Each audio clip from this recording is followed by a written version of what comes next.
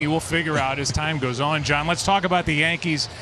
Historic in their own way, maybe, because of the home runs. They're number one in baseball in runs scored. I mean, they can get you 1 through 9 in their lineup. They absolutely can, and in spring training, this was anticipated.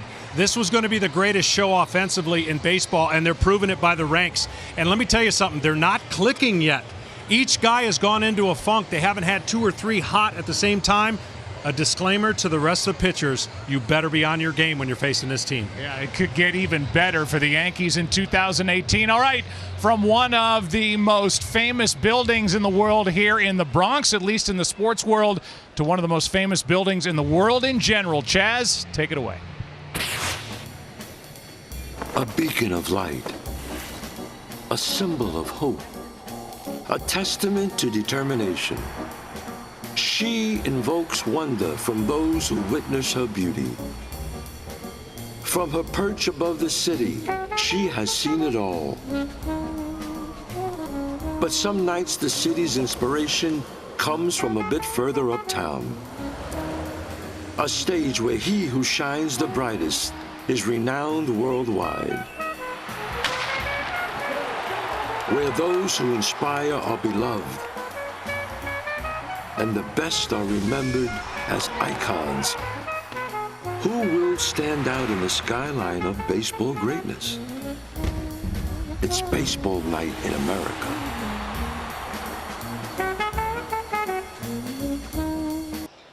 Humidity at 59%, temperature at 83 degrees here in the Bronx, and Sonny Gray gets the ball tonight for the Yankees, who come in at 32-15.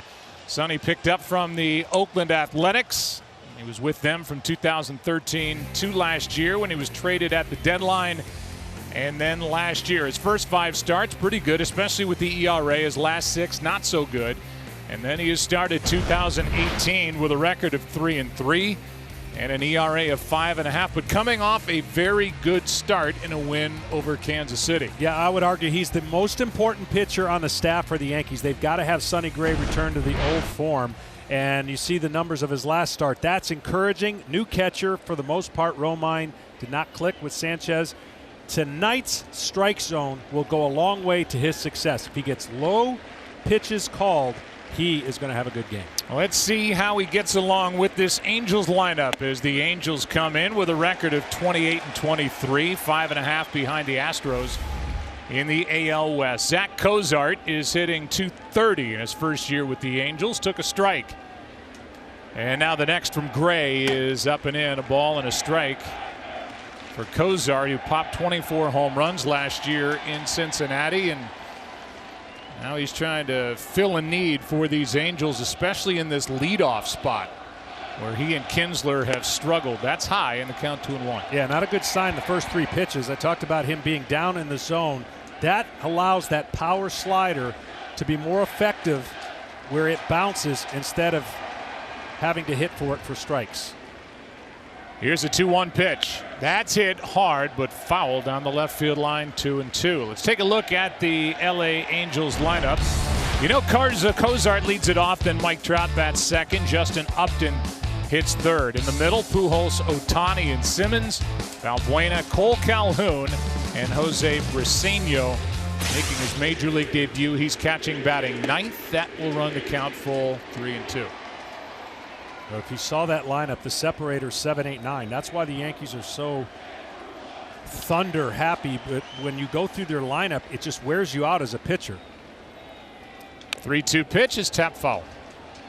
Their 7-8-9 is similar to the Astros 7-8-9 last year, and we got a chance to watch them and call the game that they won the World Series. It's the depth of the lineup of the Yankees that wears you out. Like the Angels, 2, 3, 4, 5, they can hang with anybody. 7-8-9, they're not getting much out of it. Another 3-2 pitch on the way, and another foul ball off the bat of Cozart. Well, it's obviously an enviable position in the big leagues to hit in front of Mike Trout. And Trout, as we will highlight a couple of rookies here tonight and throughout this series, is kind of the old guy at 26 years old saying, ho hum, I've just been really the best in the game since he came up. That's popped up, foul, and Romine will watch it end up in the seats. Well, it's the new analytical world where it tells you your best hitter should hit second. As a pitcher, you're doing me a favor having him hit second. But if you're going to hit him second on this team, you might as well lead him off if you want those extra at-bats, because the theory is batting third, analytically, you come up with no runners on more often for some reason than if you were batting second.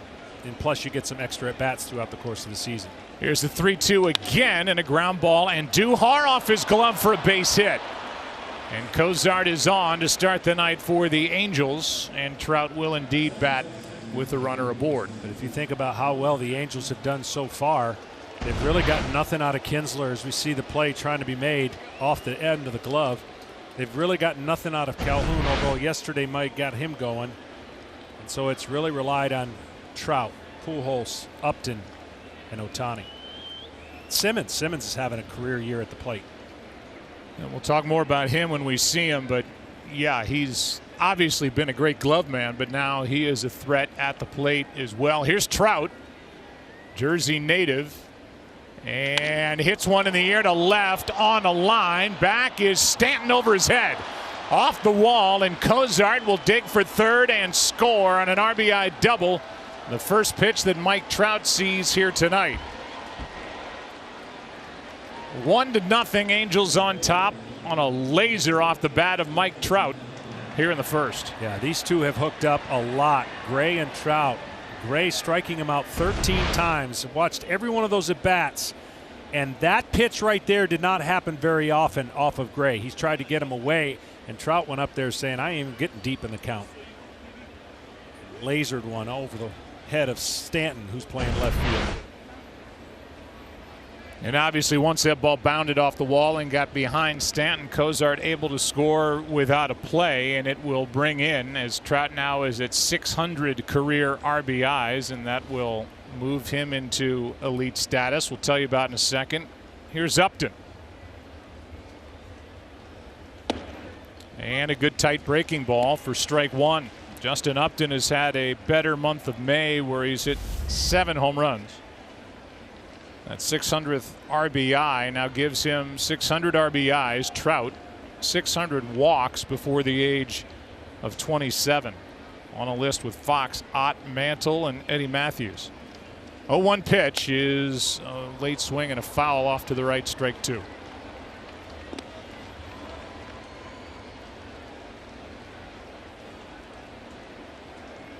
Well, a lot of people in baseball would like to see that man, Trout, get a few more opportunities come postseason time.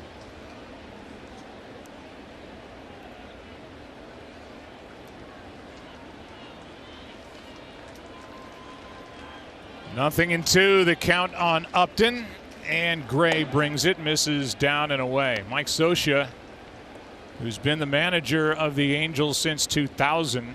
He's one win away from tying the man that he played for 13 seasons with the Dodgers, Tommy Lasorda.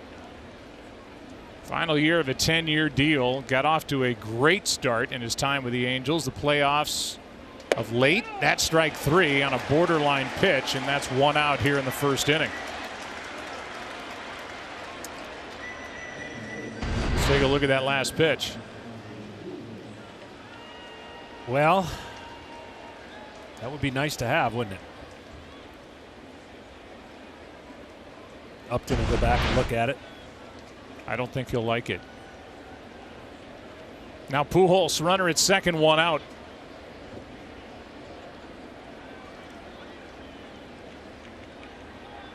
Albert is now in the 3,000 hit club. He did that in early May. He has over 600 home runs. Home plate umpire now is hearing it from the dugout. And Phil Cuzzi walks over and yells in the direction either of Mike Scioscia, or Mike is sticking up for somebody in the dugout. Yeah, they've already seen it, I'm sure.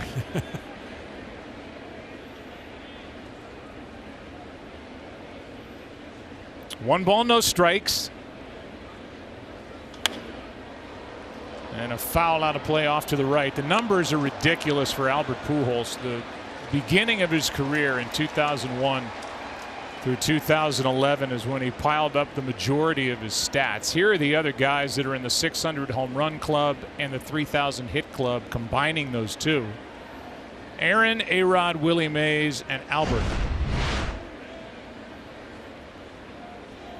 Here's a 1-1. Down and away, ball 2. I finally made the list on those guys, thanks to Albert. He'd only have 618 if this wasn't for me. That's right. Here's the ridiculous start, 2001 through 2010. He did play one more year in St. Louis, won a world championship, and then signed with the Angels. But those are the averages per season, that top line. That is a strike. 2 balls, 2 strikes. 331 average. You could mark him down for 40+ home runs and 120+ RBIs. Yeah, I promise you, there was a very small window of opportunity to get him out. I mean, as small as they get for right-handed hitters. Here's a 2-2. Fly ball into right. Back is Judge at the wall for out number 2. Tagging, moving to third is Trout. And the batter will be Ohtani. Defensive lineup sponsored by Bright House Financial in the outfield. Stanton's played a lot of left. Gardner knows center in this park, and Judge was a star in the field last night for the Yankees. Around the infield on Duhar, Gregorius, Torres, Bird is back, and the catcher is Austin Romine with Sonny Gray on the mound, trying to keep this a 1-run start as Shohei Ohtani digs in. A big left-handed batter. Shift on the infield, and that's a strike over the outside corner. And Ohtani, John, is already in that category of a guy that other players stop to watch during batting practice. It is just a show. Yeah, they said they can't. You know, they would love to see this guy in the home run hitting competition. They would put him up against anybody. That's saying a lot, especially with the participants in this field. And that's up and away, 1 ball, 1 strike. It says something when you say it. You've never seen anything like it, and you know how hard this is. I just long-term don't think it can continue to work at this rate, but that doesn't mean it can't from his perspective. And what I mean by that is structurally and discipline-wise, you have to do so many things to be good at each job. To pitch in this league, you have to have a structure and a game plan. To hit, the video, the workouts, the routine interruption, he has done a great job so far. Only 23 years old. 1-2 pitch is way high. 2-2. And to his credit, he wants to hit more, and they're not going to let him hit more because they still have to monitor the stress level of what it takes physically to hit every day, run the bases, play in the game, throw your bullpens, etc. 2-2. Struck him out on a pitch down and in, and that ends the top of the first inning. Gray gave up a hit to Cozart, a double to Trout, and the Angels lead after a half.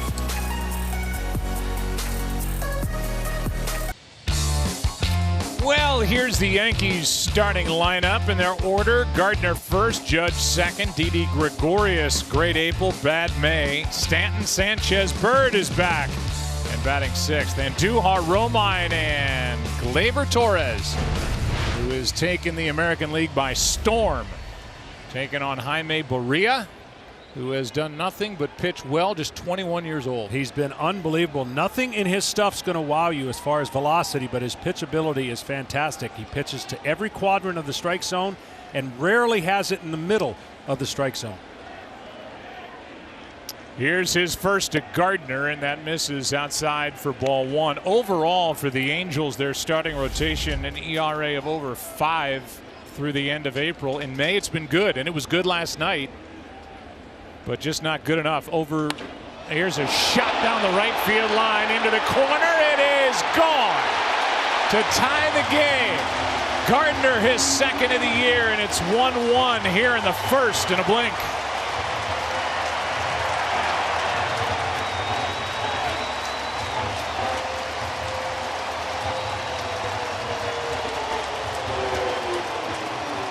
Well, the challenge I was getting ready to say for Berea is the fact that this Yankee lineup, if you're not on, will absolutely make you pay. And early on, he threw an inside pitch to Gardner. Loves it inside. But the weapons that he has, his change of speeds, are his key to success. Real good changeup, arm speed, and good slider. Off speed will have to be really effective against this lineup. 12th career leadoff home run for Brett Gardner. Here's Berea to Aaron Judge. There's just no let up in this lineup. And you look at the numbers, they're on pace for over 270 home runs as a team, which would be an all-time record. That's on the inside corner, ball and a strike. They have 23 home runs now over their last 6+ games, including tonight. Yeah, and it's all about making pitches and hoping you don't make mistakes. 1-0 delivery is hit in the air to right center. Judge. Wow. 2-1. Yankees on top. Back to back here in the first.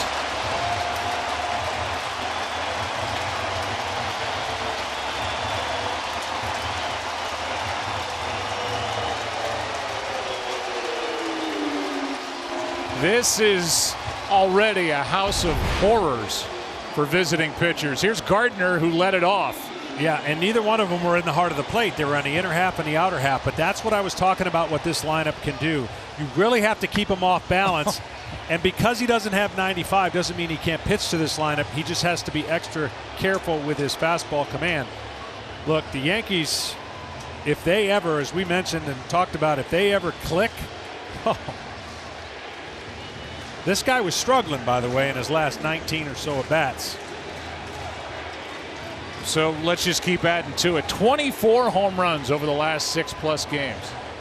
And the plus is 2 batters here tonight. Yeah, and this is a night where the ball's going to jump. I watched BP, and that in itself is a show. The problem for the Angels is Gregorius stands in. Is that they need Ohtani in the lineup because he gives them balance with a left-handed bat. They need him on the mound because he's got arguably the most dynamic stuff on the staff. This pitching staff is, at least the starting end of things, although they've had a good May, they're a little short. That's out number 1 here in the bottom of the first. They are short, and credit Mike Scioscia for being able to keep them. Last year's job was incredible, by the way. They had no business fighting for a wild card based on their injuries, and he, till the end, almost did it. But this year in April, he's had to use a lot of resources to win these games, and what that usually means is long-term, it affects your bullpen.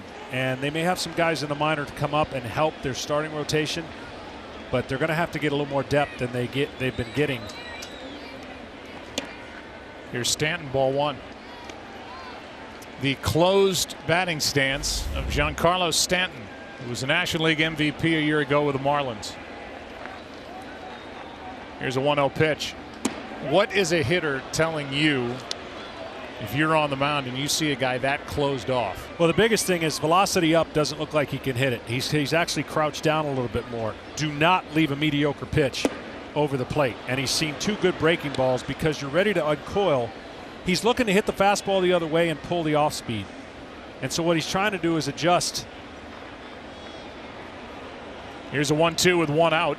And Berea made him look bad. That is out number 2 and strikeout number 1. Give you the defensive lineup for the Angels, sponsored by Bright House Financial. In the outfield, Upton, Trout, and Calhoun. A very good defensive outfield. Around the infield, Valbuena, Andrelton Simmons, who's as good as it gets. Zach Cozart, Albert Pujols playing a lot of first base. And Jose Briseño making his major league debut behind the plate. 2 out. Batter is Sanchez. That curveball is going to be important to throw to Sanchez. That's his kryptonite. He'll crush the slider if you leave it. But the curveball, he just with his timing has not been able to pick it up. Sanchez has hit 12 home runs on the young season. He waits for the 0-1 from Berea. Gary came up in 2016, hit .299, 20 homers, 53 games last year. 33 homers, 90 RBIs. Had that biceps injury that cost him some time. Just more thunder in this lineup with Greg Bird welcomed back and hitting in the number 6 spot behind him. That's going to help. That's going to give him, Boone, more flexibility. That's foul, strike 2. And what I mean by that, the balance of being able to now manage the game where you, from the bullpen, can bring in your stud right-handers. Typically, it was Sanchez, Judge, and Stanton in some form 3 in a row. So a right-hander could take all 3 of them. Now he can split that lineup a little bit. If Bird can get back to where he was late last year. Here's a 1-2. That's foul again, and he was really last year hitting the number 3 spot. Yeah. He, amongst everybody that I talk to, has the best combination of hitter, average, power. Like, he could very well be their best hitter. Now, he's struggling right now average-wise. He's starting to hitting extra base hits, and the hits that he does get are usually damage. You're talking about Sanchez. Sanchez. I'm telling you. Waits on that and fouls it back. That's the one guy I would not want to face with runners on. Stanton's already proven he can swing and miss, but he's proven he can knock down that scoreboard. Judge has a lot of swing and miss in him. He could do the same thing. So there's pitchability. When they're going bad, you can expose them. This kid, from the catcher's position, you're never going to see anybody like him again, or at least so far. That's how good he is. 1-2 pitch is popped up, just got under it. Calhoun has it. Yeah, wow, says Beck. Back to back. This is what they do. The pinstripes, they pound it. 2-1 New York after 1 in the Bronx.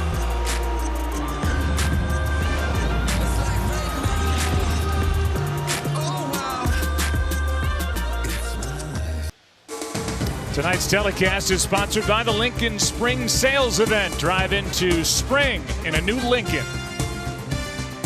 Couple of drives into the seats. One off the bat of Gardner, one off the bat of Judge. 2-1 for Sonny Gray. And the batter will be Andrelton Simmons, who is a wizard with the glove. And after last year spending some time on the disabled list, he's come back and he's been like a different guy. He is crushing the ball. Hitting .330. That's high, 2-0. You know, I always, watching him in Atlanta, it seemed like he was a little confused on what kind of hitter he wanted to be. A lot of pop-ups trying to drive the ball. And now it's refreshing to see he's one of the guys who can't strike out either. He's taken pride in not striking out.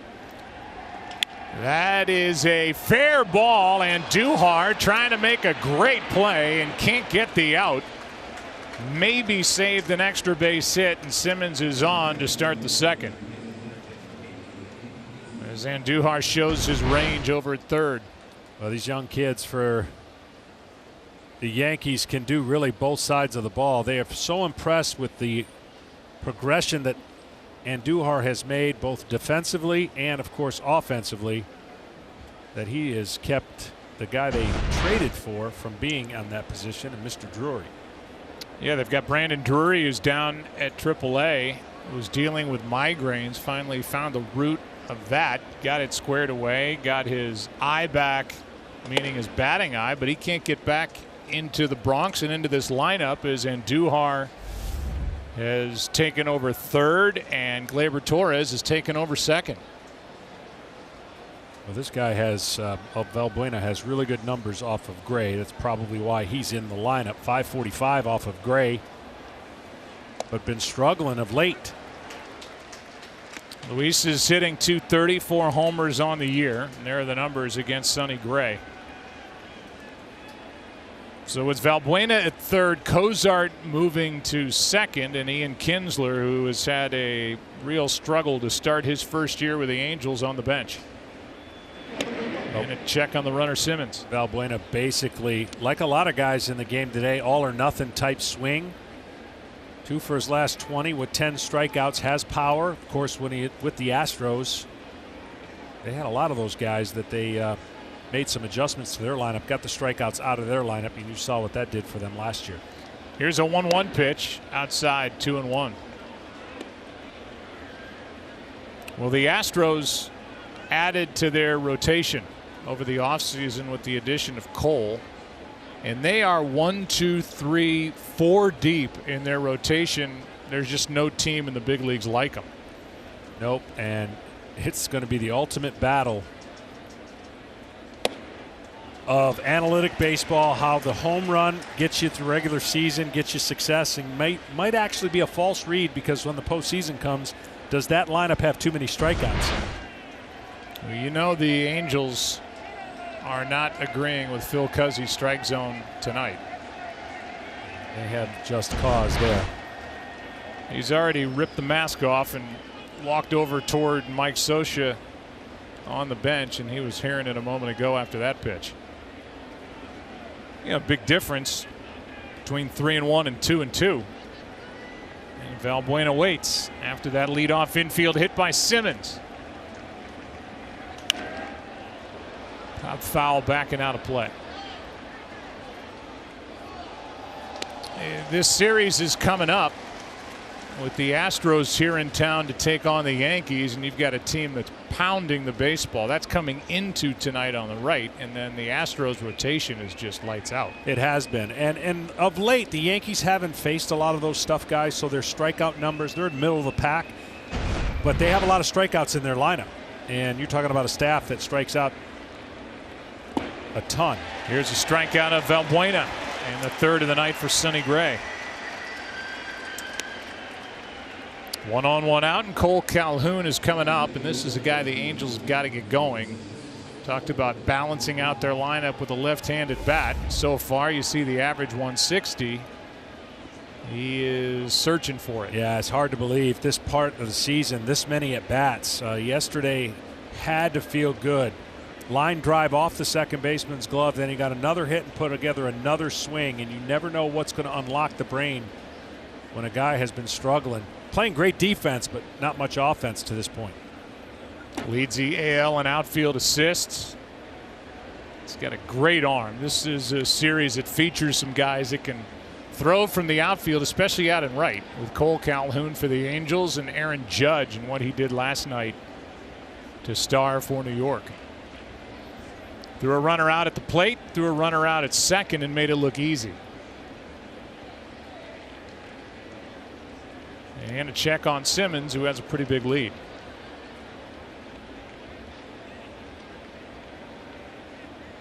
Talked about the home plate umpire a couple of times. Phil Cuzzi, he is from Nutley, New Jersey. About 15 minutes from here, maybe a little more. And Phil is joined by Mike Estabrook, Kerwin Danley, and Chad Fairchild. That's toward the corner, but foul. 1 ball, 1 strike.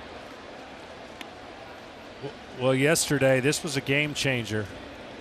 Judge, even in the third inning, run had scored, this to give him the lead, and just a bullet. And then this one nonchalantly, it seemed nonchalantly, but he's been doing this in his practice pregame. Catcher running right on the spot.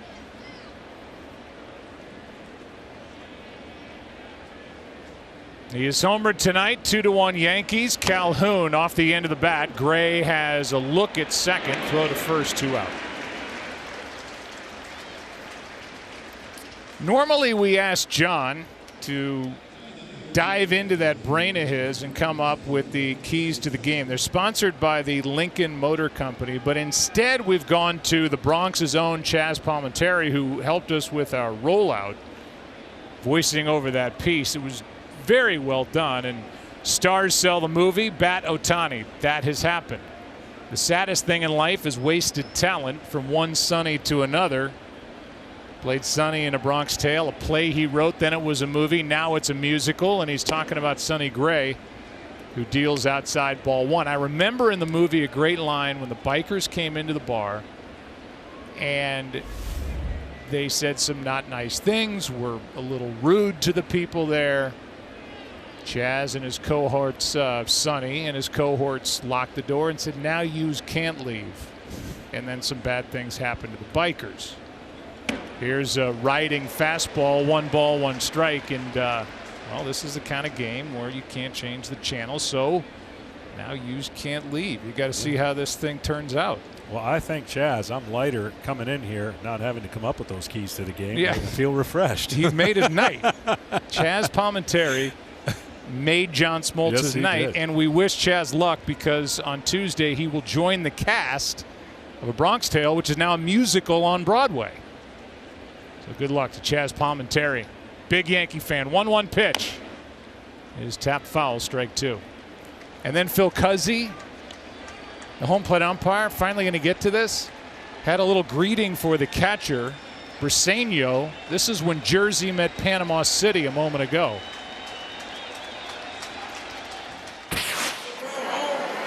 How we doing? What's going on? Jose. What's your name? Jose. Phil. Phil? Nice to meet you, man. Good to meet you. That's great. That wasn't De Niro? That wasn't Robert De Niro? It sounded like it. Good to meet you.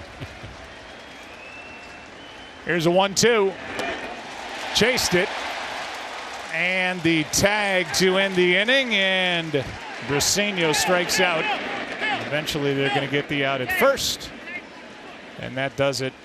He was out twice, but it only counts as one. Bottom of the second rolls in. Now Hughes can't leave. It's 2-1. Greg Bird stepping to the plate. Aaron Boone called the decision to get him back on the roster one of the worst days of his life. Said it felt like that because the Yankees right now, they've got too many good players. They decided to send down Ronald Torreyes, and there are a couple of reasons for that, Joe. We'll get into it. Here is a strike. Ronald Torreyes goes by the nickname of Toe. There's Aaron Boone. What a start he's off to. Really good major league player and then broadcaster with ESPN, now Yankee manager. And I sense, Kenny, he was emotional even talking about it today. He was, Joe. And the reason is Torreyes is what Aaron Boone called the kind of guy you dream of as a utility player. Willing to do anything. And also, he's so popular in that clubhouse. But here's the situation the Yankees were in. They've got 14 games the next 13 days, so they didn't want to go down to 12 pitchers. Tyler Austin, he's hit 8 home runs. They figure he can platoon with Bird. Sometimes they can both be in the lineup against left-handers. And also, they've got coverage in the infield. Gleyber Torres can slide over to short if necessary. Neil Walker can play second or third. But this speaks to the issue you spoke of earlier, Joe. Brandon Drury in the minor leagues, Tyler Wade, Clint Frazier. The Yankees are loaded. Here is Andujar with a base hit to the left side, deep into the hole at short, and Simmons, whether he came up with it or not, was not going to have a play, and Andujar adds to a .291 average. It'll bring in Austin Romine, who was, John, a career .220 hitter coming into this year. And he's getting a little more playing time, and look at what he's done with it. Hitting .340, a couple of home runs. Yeah, it's infectious. It's infectious when your lineup has the confidence that they do, and you can plug in guys like Romine, anybody that Boone has luxury on the bench.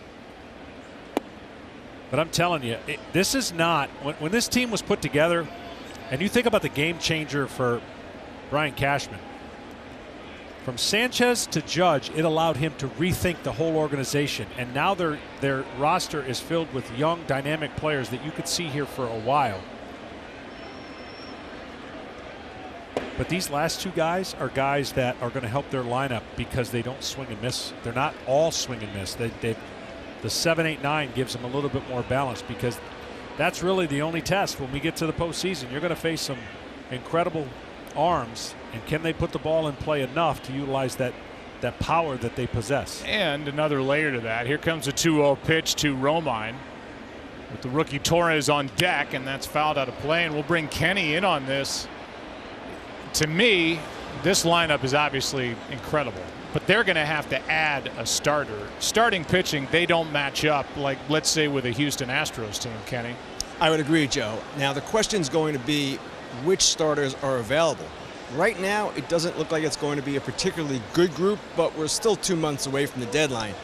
But the bottom line is the Yankees can go get whatever they need. Here's one into the corner. It is gone. A home run for Romine. And it's 4-1 here in the second. The 3-homer night already for New York.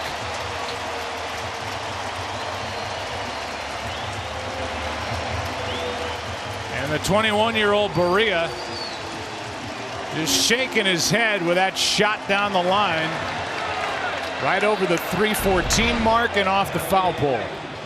Well, they're doing a good job against Berea on his fastball. They're not missing many. And he can't throw all off speed, so if you can't get some outs on fastballs, you really limit yourself against this high-powered offense. And, of course, this stadium gives up a lot of home runs. Mike Trout hit one down the right field line last night that got one deck higher.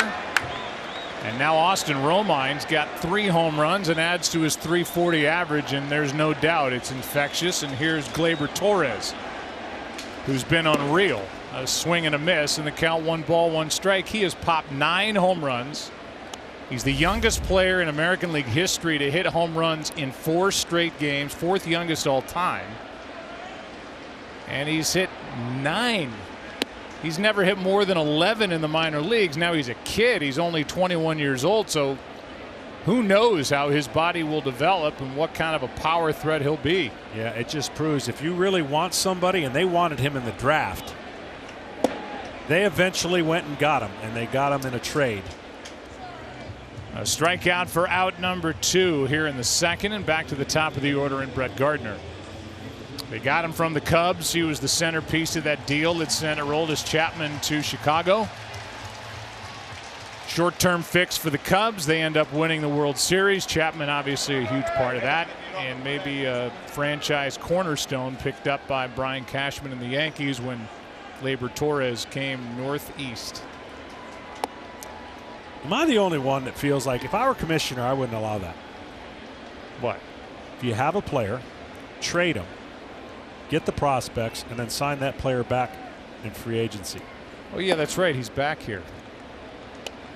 You wouldn't allow that? No, that would be one rule I would. Good luck. Good luck passing that by the Players Association. Well, I mean, you know, you still have 29 other teams you can sign with. Yeah, okay. That's not going to happen. With 2 out, nobody on. Gardner hits one off the end of the bat, 2-1. So what the Yankees have done is pretty much, I mean, there's no guarantees, right? There's no guarantees in sports. But I'm telling you, they don't have a – they want to win the division, but they know they're going to be in the playoffs. So that's a stress relief. You can let your young players play. You know you're good enough. Baseball has your haves and have-nots. You know, some teams are rebuilding. And the Yankees now are in position to just kind of steamroll through the year and then try to assess, as you talk about, make those necessary changes in the second half to improve their chances to go farther. Game 7 against the Astros, they almost went to the World Series. This year they're a better team, but they do need one more starter to make a difference because they're going to score runs. They've only lost 1 game this year where they've held their opponent to 4 runs or less. Yeah, that's an incredible stat. Here's a fly ball into left center field. Pretty well hit off the bat of Gardner, and Trout goes to it. Hey, another home run. Another home run, this time off the bat of Austin Romine. Off the pole in right. It's a 4-1 game. Yankees on top back after this from our local sponsors. Top home run hitting team, the top run producing team in the big leagues is at it again, leading 4-1 after 2, and Sonny Gray drops a breaking ball in there for strike 1 to Zach Cozart, who singled and scored his first time up. Mike Trout, Justin Upton will follow if anybody gets on Albert Pujols. A 1 pitch. Pitch was up. Cozart went after it. 0-2. Sonny Gray is one of those field type pitchers, and when he can get ahead in the count, he can experiment a little bit. They used to say that about David Cone. Mike Mussina was the same way. That breaking ball misses down and away. See, and it's been an uncharacteristic type of night where he's kind of gone underneath his fastball up in the zone, which therefore makes that power slider. You can't start that pitch that low and get hitters to swing at it. You need the fastball down at the same height he's throwing that power slider. That's what makes him so good. And Kenny Rosenthal, that slider's got a little different grip to it for Sonny Gray. It does, and before his last start against Kansas City, Sonny Gray went to Masahiro Tanaka and said, listen, my slider's been inconsistent. I'm not happy with it. They talked a bit, Tanaka showed Gray his grip. Gray adopted that grip and had a lot of success that last start. Here is a laser into center off the bat of Cozart. That was smoked, and Zach is 2 for 2 and on to start the third. Tonight's telecast is sponsored by Budweiser. Join the team that enjoys responsibly. Budweiser reminds you to drink wiser. Beautiful warm night in this great city. And over here in the Bronx, the Yankees lead by 3, and with the leadoff man on here in the third, here's Trout. The two-time MVP waits for the first from Gray. Good one there for strike one. They have faced each other a lot. 13 strikeouts against Mike Trout, which is a lot for their matchup. Trout has gotten him a few times for some home runs. Hit one off the wall his first time. Now he goes the opposite field, and a slicer into right gets past Judge. Cozart will dig for third. Another double for Trout. And the Angels are in business here in the third. Double to left, double to right. He is tough to pitch to. This is kind of his stage, you know. I mean, he's on the West Coast. A lot of people don't get to see a lot of games because they're so late. And this guy has gotten better with his discipline and chase percentage. He's not striking out as much. It just seems like if he wants to do something different, he can. He could steal bases if he wants. He can hit for power, improve defense. Look at those numbers here at Yankee Stadium. I'm telling you, this is where he grew up not too far from here. Millville, New Jersey. And yeah, I would say he likes playing here where the lights just seem a little bit brighter than anywhere else in the big leagues. Second and third opportunity here for the Angels, in the 0-1 pitch to Upton, who struck out his first time. Inside. Right now Trout is aiming toward a 40-40 year. Right on the edge stolen base wise. He has stolen 12, hasn't been caught. The home runs, you expect him to get there rather easily the way he's going. That's outside, 2-1. Yeah, I'm just telling you, I was disappointed in the middle of his career when they kind of shut that down, because it's a dual threat. I mean, that's what makes him so incredibly difficult. 3 runner-up MVPs and what, a couple winners?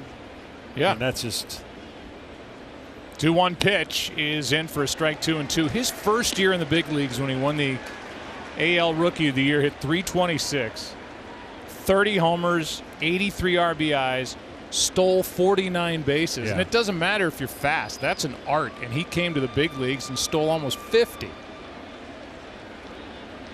Here's a 2-2 to Upton. Just got a piece.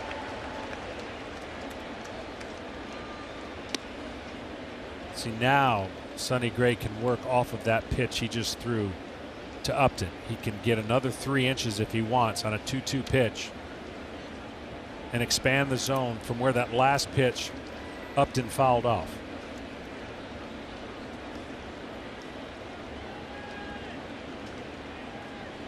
Angels down by 3, second and third, nobody out, 2-2 pitch.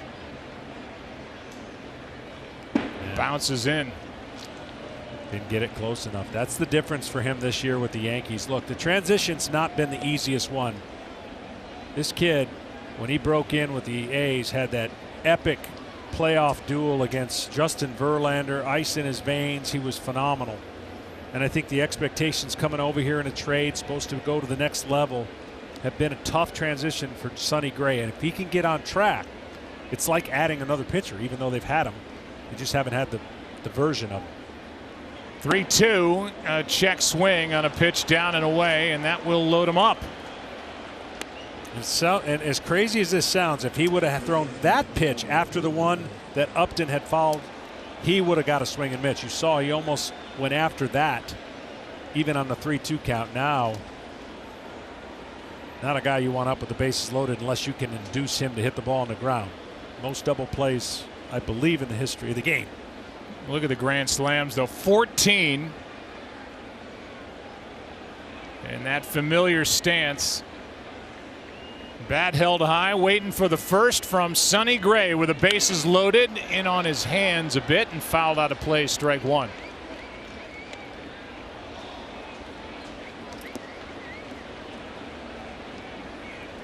Albert Pujols, who has 3,015 hits. He'd have 3,008 were it not for my broadcast partner John Smoltz.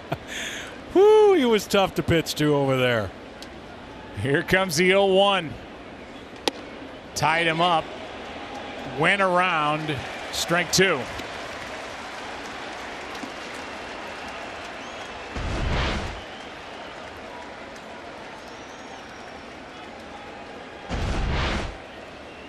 First base umpire Mike Estabrook said he went too far. Gray leading by 3, but for how long? Here's the 0-2. Bounced in and blocked nicely by Romine. Early on the year so far, even though as he's getting up there in age, Pujols still handles either fastball, 4-seam, or 2-seam. He's been struggling a little bit with the slider and the changeup. And there you see the 0-2 slider just in the dirt.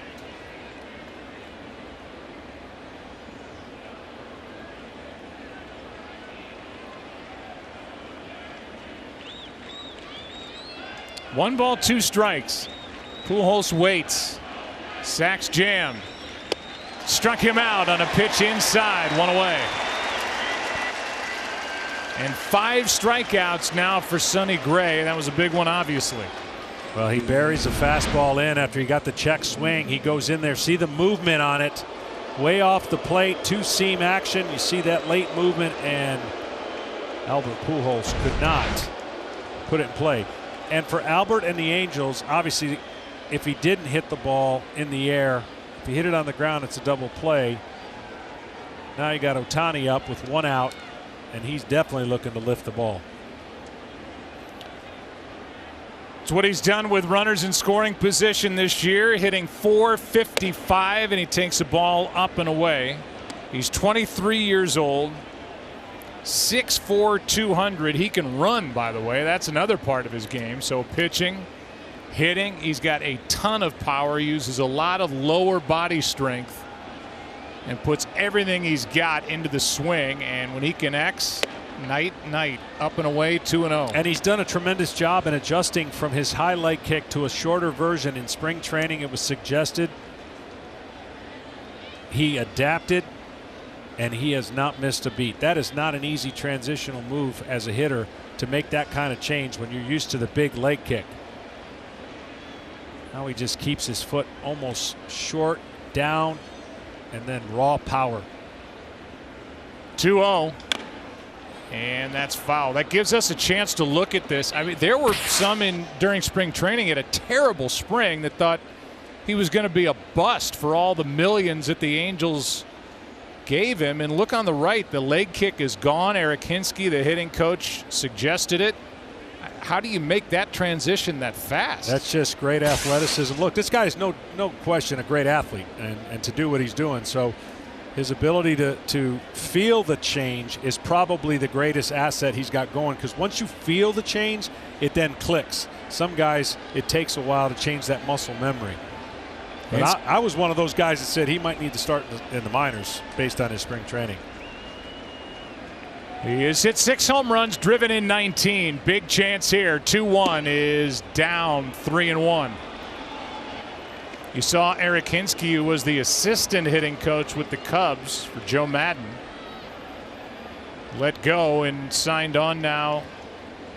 He and Paul Sorrento handling the hitting instruction for Mike Scioscia.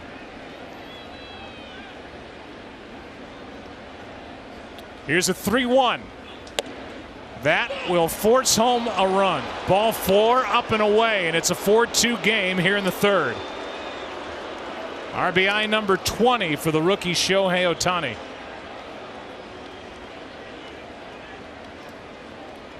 And it's a 2-run game. Bases still loaded and still only 1 out. Watch every out-of-market regular season game live or on demand at home, in the office, on the go, with MLB.tv. Your subscription includes MLB at Bat Premium, allowing you to watch live baseball on your favorite supported devices. Blackout and other restrictions apply. Visit MLB.tv for details, as Larry Rothschild is out to try to guide Sonny Gray back into the strike zone and help him get out of this third. Yeah, it's a good meeting. Of course, they limit this year how many times you can go out to the mound, but I'm sure the conversation is going to be, look, trust your fastball down. Even if you don't get the pitch, we got a chance to get a ball on the ground. We got a contact hitter in Simmons, and just maybe you can get an induced double play, but you got to get an out even if you're going to trade up a run. Well, Simmons is one of the guys the Angels won up there. Singled his first time. Started the night hitting .330. His average good for 4th best in the American League. He's got 2 grand slams to his credit.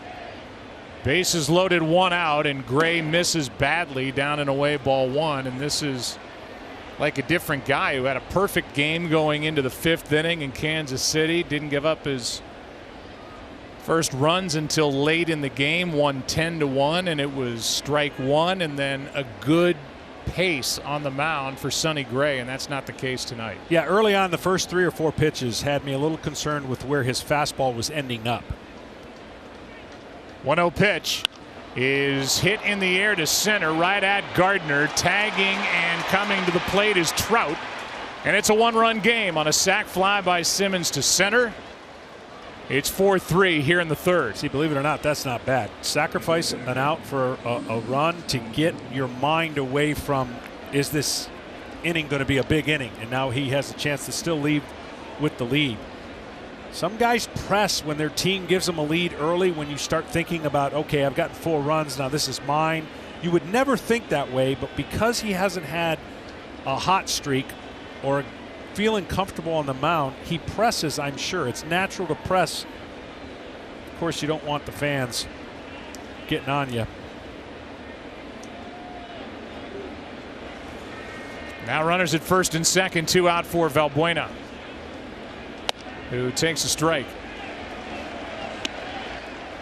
Valbuena struck out his first time. Tying run at second, go ahead run is at first. That's Ohtani. Gray has allowed a single, a double, walk 2, and a sac fly in the inning.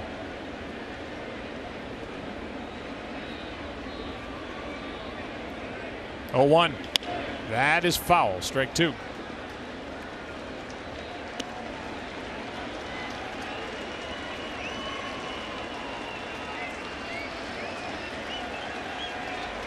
Gray's had a tough time pitching in this, his new home ballpark. First 10 home starts, an ERA over 6. Coming off that road win in Kansas City. It was 4-1, now 4-3. Now the 0-2 pitch to Valbuena bounces in, and Romine's done a nice job and almost got up and down at second. Romine has been busy blocking balls behind the plate. And that, along with just continuity with Sanchez, was why Sonny Gray had a hard time throwing to him. You know, he throws a lot of pitches in the dirt, and he relies on his catcher to make those stops, and it wasn't happening last year and a little bit early on this year, and there was no rhythm, at least better rhythm with Romine. 1-2. Struck him out on a pitch up and away, and that ends the inning as the Angels get 2 in the third. Big bats coming up. Judge, Gregorius, and Stanton for the Yankees, leading by 1.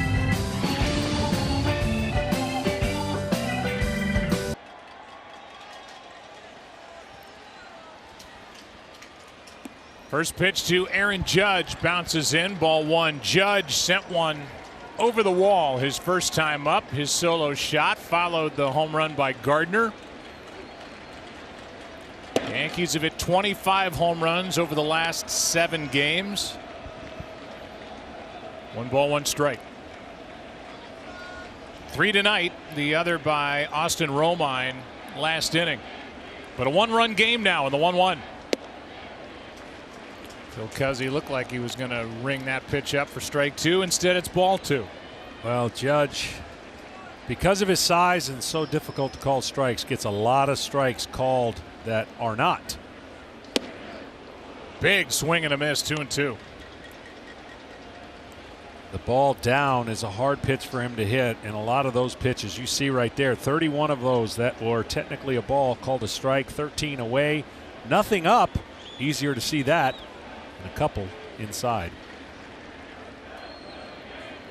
So just to further explain that, 48 pitches out of the zone called for strikes against Aaron Judge. That's the most. And like you say, I mean, he's a big guy. Yeah. And so he has a lot of calls to go against him. 3-2 pitch is down and away, a leadoff walk, and that's the first walk of the night for Barria. Flipping the Switch is sponsored by Boost Mobile. The 3 home runs tonight already. Gardner, Judge, a no-doubter into right center, and then Austin Romine down the line and off the pole in right.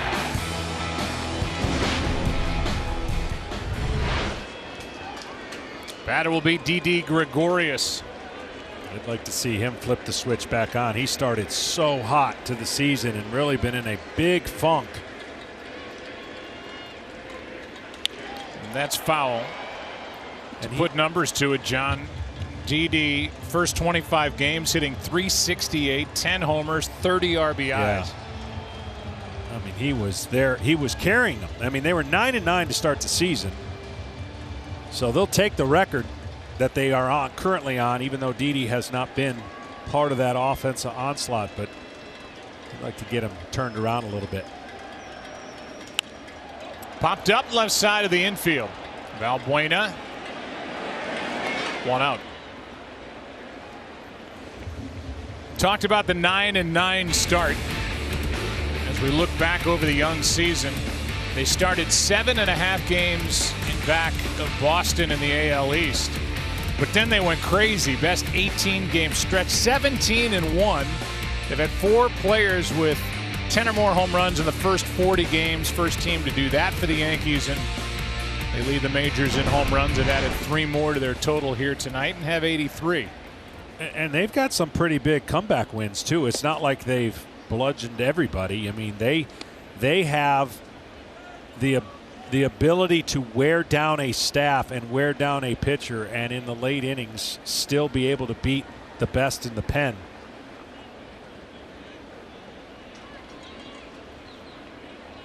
The 0-1.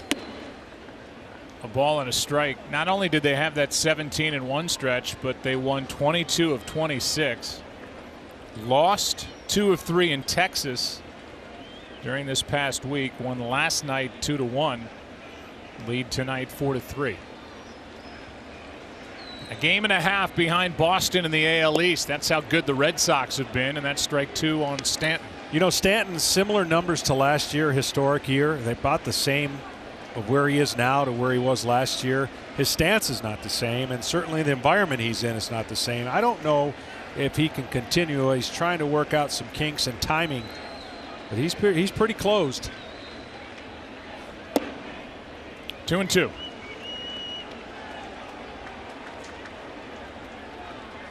Barria can throw another pitch right there. If he can lay off 2 in a row like that, it almost as if his crouch and how he bends down, he wants to come out and obviously hit the ball to the moon. That pitch down there would give him some issues. 59 home runs a year ago with the Marlins. 2-2 pitch. Not close. Full count.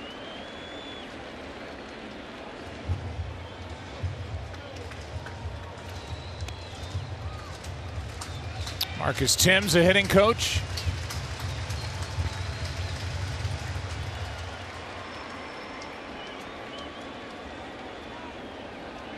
Some old, some new on this coaching staff for Aaron Boone, the 45-year-old first-year manager in the big leagues. Runner at first, Judge draws a throw.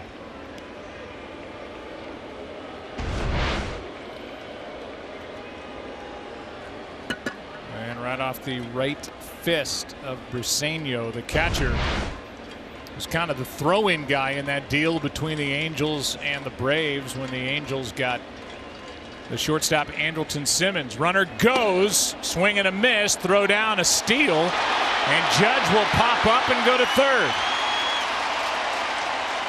Stolen base number 3. It'll be an error on top of it and a runner at third, 2 out. This pitch right here to Stanton, he really pulls off. This is a breaking ball over the middle of the plate. It doesn't do what it's supposed to do, but he pulls off of that pitch. And then, of course, Judge going on the pitch ends up at third. I'd get out of the way too, young man. So Briseño in his major league debut, the catcher, is charged with an error. As I said, stolen base number 3 for Judge, and now a runner at third, 2 out for Sanchez.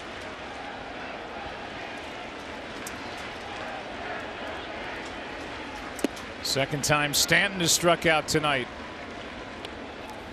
Ball 1. I'm wondering if he doesn't have the feel he normally does. That changeup right there, we haven't seen as many of them. It's a really good pitch. He's gone to the breaking ball a little bit more to this lineup, but that changeup, he'll get a lot of swings and misses, but maybe the feel just not there that he has in all the other games. 1-0 pitch is popped up a mile high on the infield in foul ground, and the catcher Briseño watches it end up in the seats. Ball and a strike, and you saw the lefty Ian Kroll getting loose for Mike Scioscia in the bullpen. To show you how good he's been on the road, coming in 2-0 to 0.87 ERA. He started a game in San Francisco and didn't last very long because he had a 21 pitch at bat to Brandon Belt, which I've never heard of in my life. Yeah. And then 49 pitches in that inning, and there was just no way. That's how good. You take that game away, he's had an incredible season ERA-wise. But this, a little bit much for him so far tonight with the Yankees. Here comes a 1-1. Foul tip at the plate. He signed as an international free agent. Barria did at the age of 16. He's from Panama City, Panama. He's only 21 years old. He'll turn 22 in the middle of July. 500 record in the minors, and actually pitched in the Futures game last year. Was a California League All-Star, and at the age of 21, he's been very good, and he's been tested here early in the year. 1-2 pitch from Barria. That is smoke down the line. It is foul. Wow.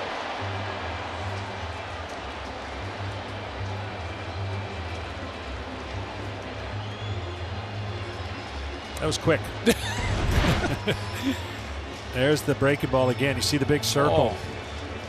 That one, more of a slider break. He's going to have to go to this curveball slower break to get Sanchez out in front. Just a long strike. Man, tell ourselves when we're in the mountain. Another 1-2 pitch is popped foul right side. Did that guy catch that ball? I mean, if anything, that ball caught him up in the seats. But it looked like whatever fan was on the other end of that thing got it and kept it.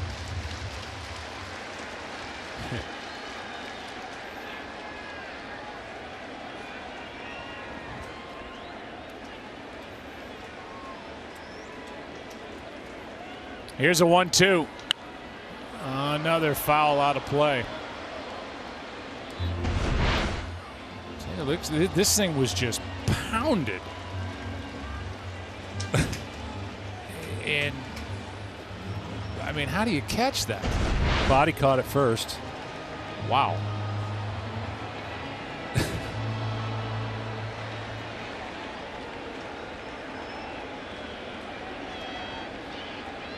Had to be the furthest thing from that fan's mind getting a souvenir up there. 1-2 pitch.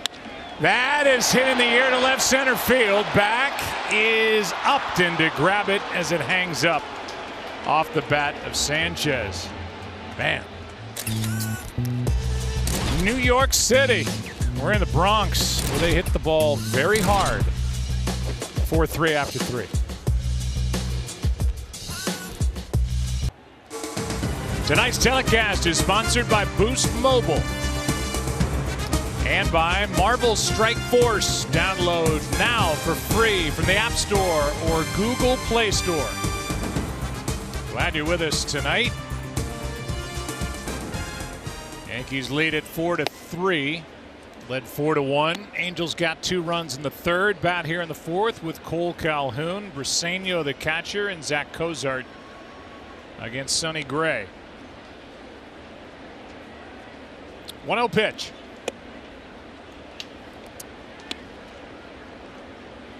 We'll put Kevin Burkhardt to work after Cole Calhoun does something to start the inning. Cubs and the Giants. I saw the Cubs making some roster moves today as Darvish went on the disabled list. That's fouled back, 2 balls and a strike, and he's been no real nice way to say it. He's been a major disappointment at the beginning of a long-term deal. What, a 6-year deal with the Cubs? Yeah, I'm sure when they signed him, they thought they could fix a couple things and probably get him closer to the pitcher he was with the Rangers. There's still time for that to happen, but the DL's never a fun place. That is down and in the count 3-1. So yet again, Sonny Gray falls behind a hitter. Sonny Gray is in danger of not completing 5 innings. He's been given a lead, and now this is a important inning for him. He would have loved to have gotten a clean inning and thrown more strikes. 3-1, full count. Surprised that Calhoun was willing to let that one sail right through the strike zone, hitting 159 with a count in his favor. He would like to get that ball closer in where he can pull it. He's had some good swings inner half of the plate. That's up and away, a leadoff walk in the third of the night for Sonny Gray. Kevin Burkhardt, what's going on?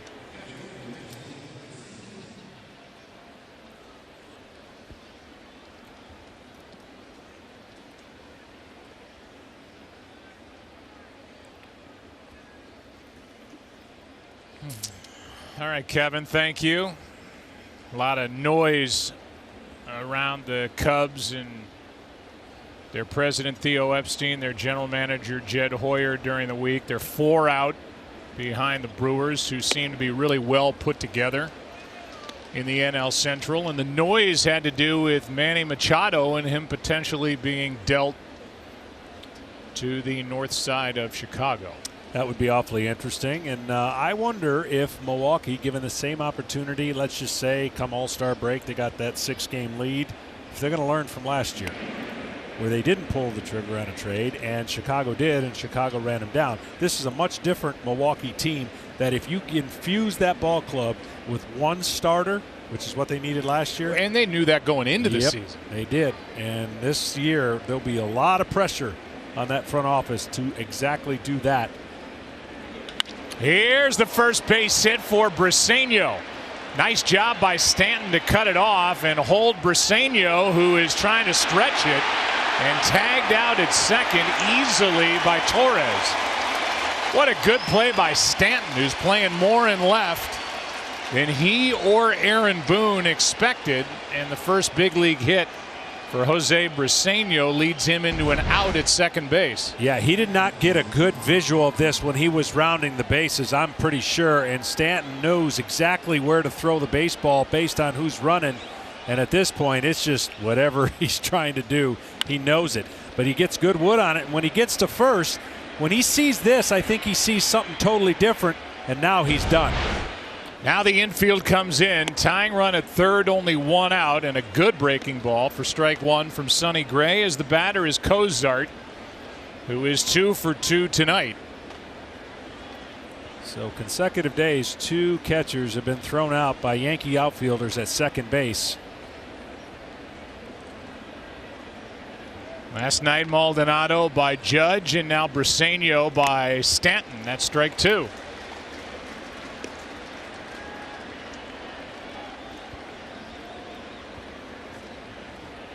Giancarlo played right in Miami. That's where Judge plays here with the Yankees, so Stanton out in left.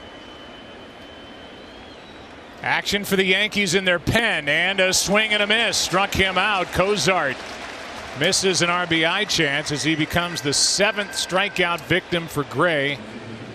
2 out. See, and it's been that strange outing for Gray because his stuff at times, all you got to do is look to the 7 strikeouts.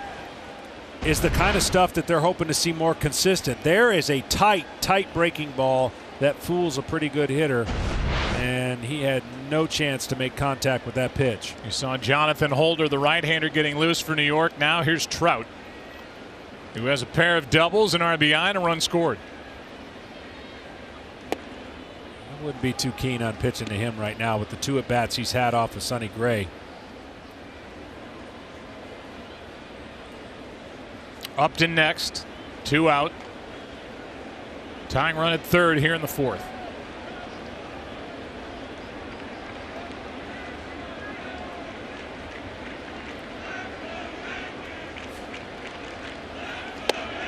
Inside, 2-0.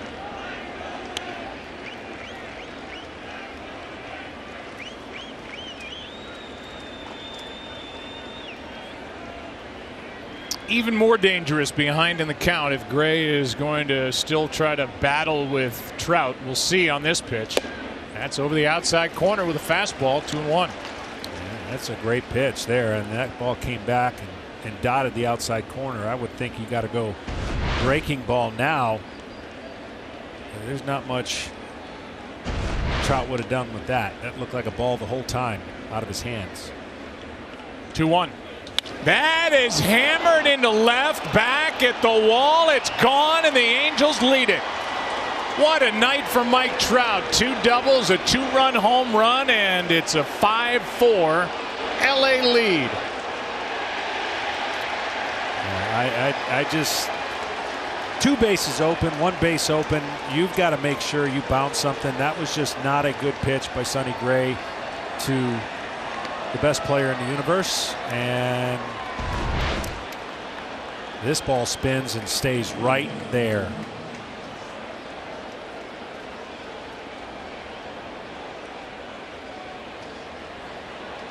Just absolutely pasted by Mike Trout into left center field, and the Angels have their first lead of the night.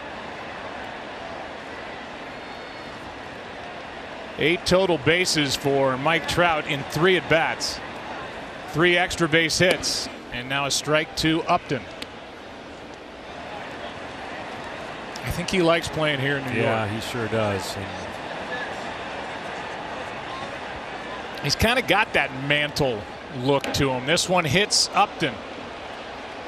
And we'll see if that's the end of the night for Sonny Gray, and if so, this will be a really disappointing outing for the Yankee right-hander.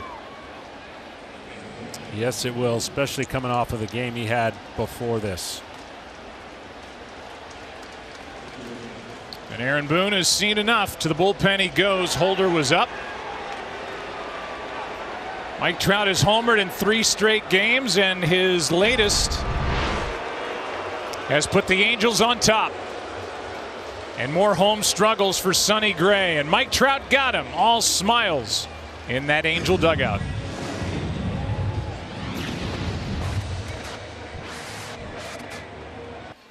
Tomorrow, one of the biggest races of the year. Kevin Harvick looks to make it 3 in a row. The Coca-Cola 600 on Fox. It all starts at 5:30 Eastern, or stream it live on Fox Sports Go. Harvick trying to go 3 in a row. Trout has homered in 3 in a row, and now it's 5-4 Angels. Here's Albert Pujols taking on Holder, who starts him with a breaking ball for strike 1. There are the numbers for Gray. It was a big deal, John, when the Yankees pulled the trigger, got him at the deadline last year on the 31st of July. They gave 3 good young prospects, Dustin Fowler, James Caprillion, and Jorge Mateo, to get him, and it has not been what they had hoped. Strike 2. Yeah, and they're going to have to figure some things out, because as I said in the onset, they have to have him. I'm a big believer in Sonny Gray. I mean, the transition to New York doesn't work for everybody, and sometimes you build up a bigger expectation for yourself than maybe even possible. And I don't know what it's going to take to click, but when it does, this team will have benefited for it, because he has the arsenal. There's no doubt. Is it maybe overthinking, too analytical? That can be part of it.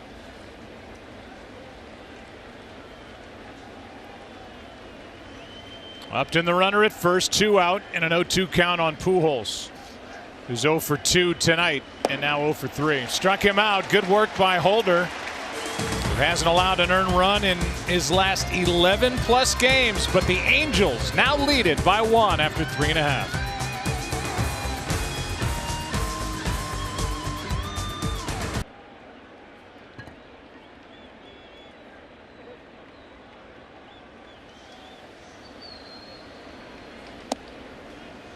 First pitch is a strike to Greg Bird, who's welcomed back to this lineup after March ankle surgery. They removed a bone spur. His long road back has led him into tonight's lineup. First time of the season. Second time that right ankle's been operated on. A guy who missed 2016 with a torn labrum after teasing the Yankees with a great end of the year in 2015. That's strike 2. Yeah, again, you know, this lineup already potent, just got better when this guy gets into rhythm and gets into his stroke, because last year you see the Angels are already right-handed dominant. That's why they need Ohtani's bat in there. Same thing with the Yankees. They could use this left-hander to break up, if nothing else, the way opposing managers face this lineup. It's kind of the travels and issues for Greg Bird. He called up. You see the 11 home runs down the back end of the season in 2015. Missed 16. Missed the majority of last year, and this is his first game of 2018 here tonight. Berea thought he had a strikeout. Instead, he missed up and away. 2-2. Berea has struck out 3, walked 1, and all of a sudden he's leading by 1. Yeah.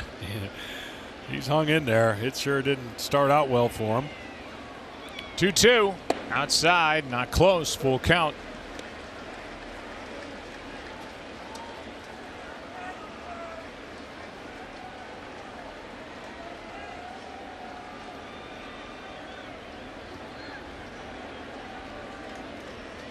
Greg Bird leading it off in the 4th. 5-4 Angels, and a foul off to the right. I do want to pin down Kenny Rosenthal before the end of the night and find out where he thinks Manny Machado will end up. And I don't want to hear any dancing around the answer. It's a very simple question that really requires only one word for an answer, a team name. Strike 3, and Bird is gone, and strikeout number 4 for Berea. All right, Ken. Manny Machado is in what uniform in August of 2018? 2-word answer, Joe. Not Baltimore. Actually, I don't know. But this Cubs train that was rolling earlier in the week, come on. It's not even June, not even July. We're not even close to the non-waiver deadline. There are going to be a number of teams interested in Machado, even some teams that you might not think of because they'd be willing to move pieces off their normal positions to get him. So whether it's the Cubs, whether it's the Indians, which I doubt because of their pitching needs, the Braves, who have a short-term need at third base, I'm not sure. It could be another team entirely, but he is going to get traded, and he is playing out of his mind right now. And Duhar with a 2-hopper to short. 2 out. Okay, yeah, all that's great, but just give me a name. Give me a team. I know you're a journalist. I know you want to hedge everything, but trust your gut. Go with something. Joe, I usually like to talk with some measure of information. I'll go with Cubs just for the sake of giving you an answer. Okay. But don't hold me to it. Okay. Fair enough. I did that to you. That works. That's down and away.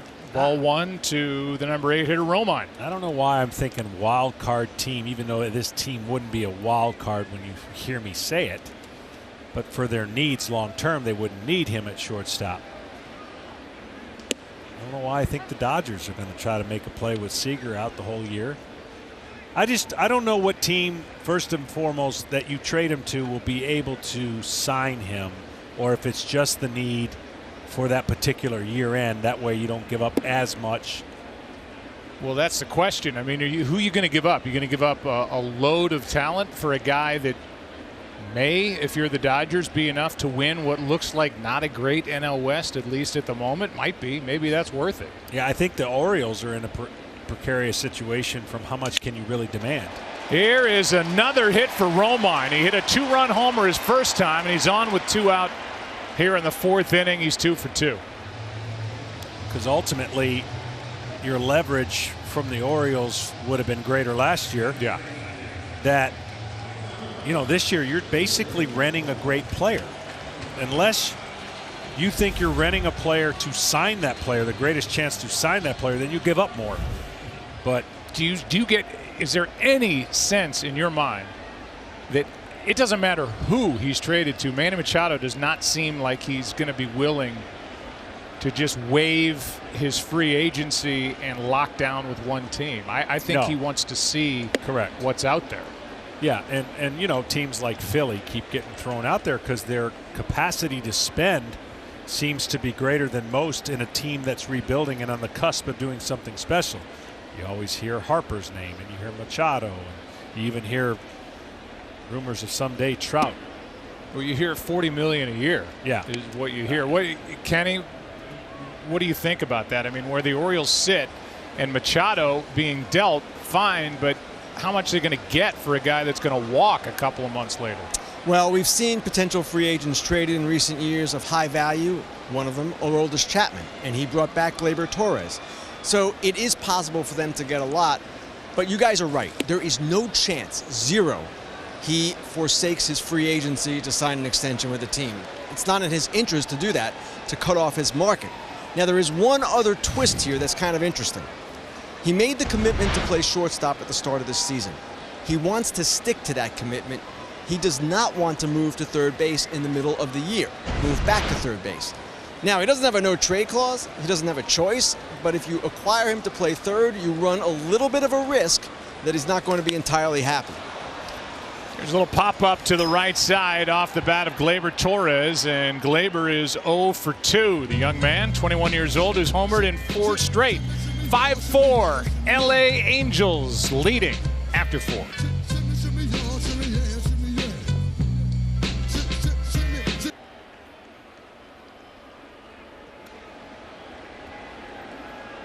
Shohei Ohtani takes a strike, and we're underway in the 5th inning. Angels lead 5-4.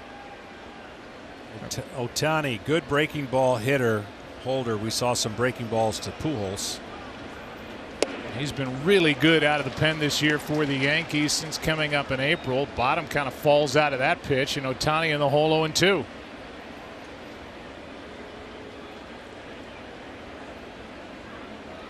And a strikeout on a high fastball. 3 pitches, 1 away. It all starts here for future baseball stars. The 2018 Major League Baseball Draft. Coverage begins Monday, June 4th on MLB Network and MLB.com. Did you draw that straw over at MLB?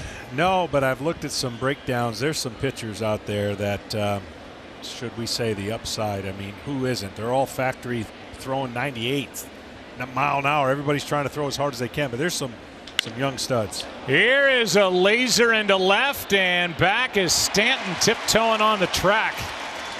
And on a hard hit ball, Andrelton Simmons is out number 2 here in the 5th. Of all the sports, I mean, the draft is no science. You hear that all the time, but I think baseball, that has to be one of the harder jobs to forecast potential stars. I mean, there's some teams that haven't missed very often lately. The Cubs have done a great job. The Astros have done a great job. Certainly you could say the Yankees, and they're drafting some of their talent, but you see a lot of late round picks and a lot of guys that maybe not on the forefront of everyone's radar develop and blossom into something great. Here's a fastball for a strike to Valbuena. Harold Reynolds covering that draft. Oh yeah, that is right up his alley. Valbuena doesn't like that call. He's had 2 where the shoulders go down like, are you kidding me? 0-2. Harold was up here, gave you a little gut punch while you were talking. He did. Back in about the 2nd inning. Completely surprised me. Sounded like I was really driving home my point. And then he got to his knees and couldn't stop laughing. 2 out, nobody on for Luis Valbuena, and the 1-2 pitch is fouled off the end of the bat. You know what that is? That's just bad stage managing by Dom. I saw Dom on the floor before Harold got here. Is that maybe Harold got him, pushed him down? Might have been. Harold fought his way through Dom and got to you.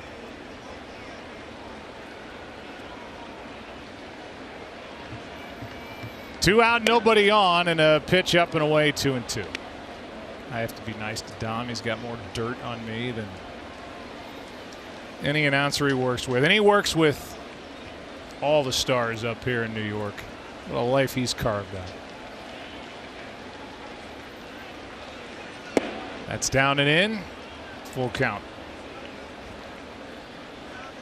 He's got his own parking space at the Garden.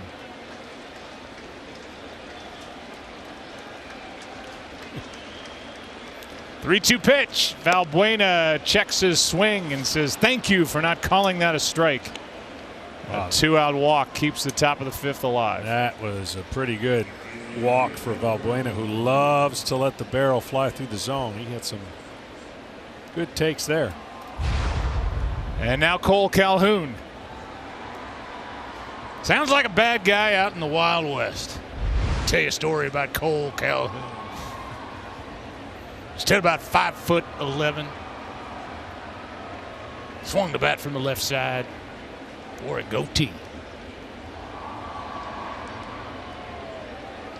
Took a strike.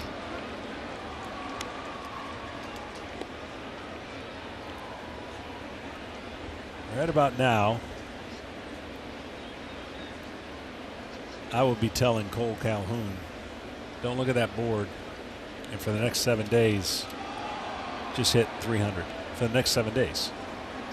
Yeah, not fun, I would imagine, to look up and No. see a 159 average for a guy who's, you know, a talented big league player all the way around. He's got multiple phases to his game that plays at this level. Yeah, absolutely. And the most frustrating part for a hitter is that you grind in the cage, you look at video, you probably overanalyze, just trying to figure out when is it going to click, when's that bloop going to fall to get me going. That's strike two. That would, I imagine, be another thing. You look up at the board. If you're Cole Calhoun, you see two strikes a lot. Yeah, I mean, when you're going good, it seems like it's 2-0 all the time. When you're going bad, it's 0-2 before you get to the box. And this game can just eat you up mentally. The physical part you can train for, but definitely a game of streaks.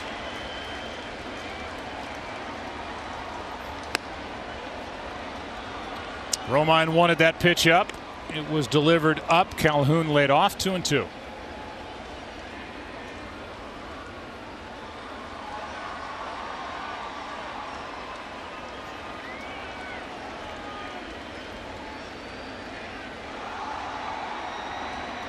Calling for a changeup on 2-2. 1 on, 2 out.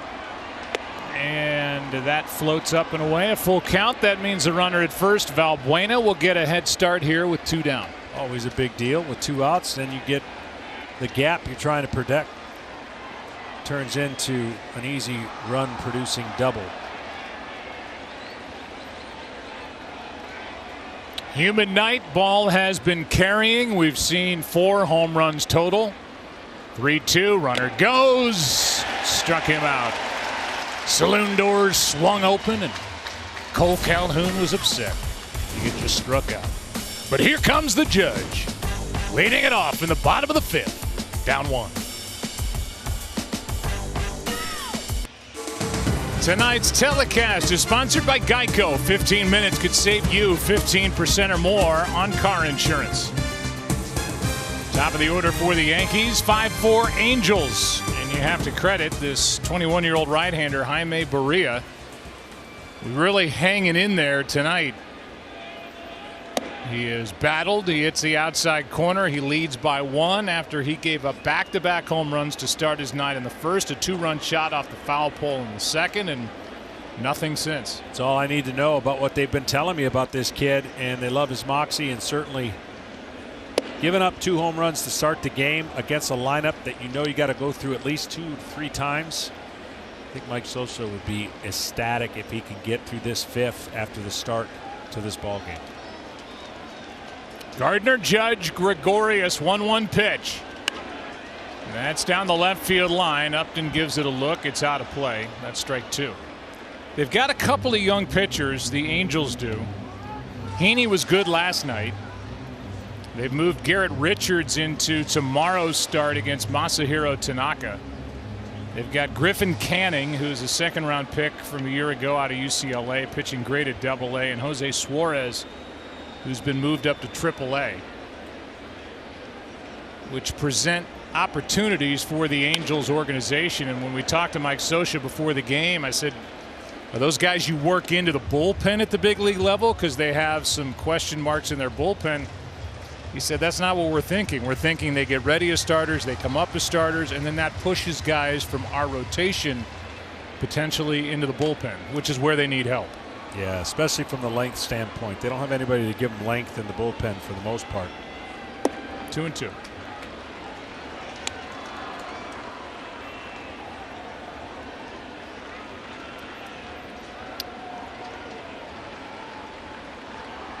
Ramirez, the right-hander, is getting ready for the Angels, and Tommy Canley is getting ready for the Yankees in their pen. He was just reinstated. Here's one into center, pretty well hit.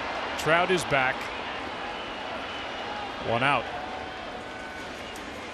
And the batter will be Judge. Game summary is sponsored by Budweiser. Mike Trout has had the big night. 3 for 3, a home run, 2 doubles, so 8 total bases, 3 RBIs. Gardner and Judge went back-to-back.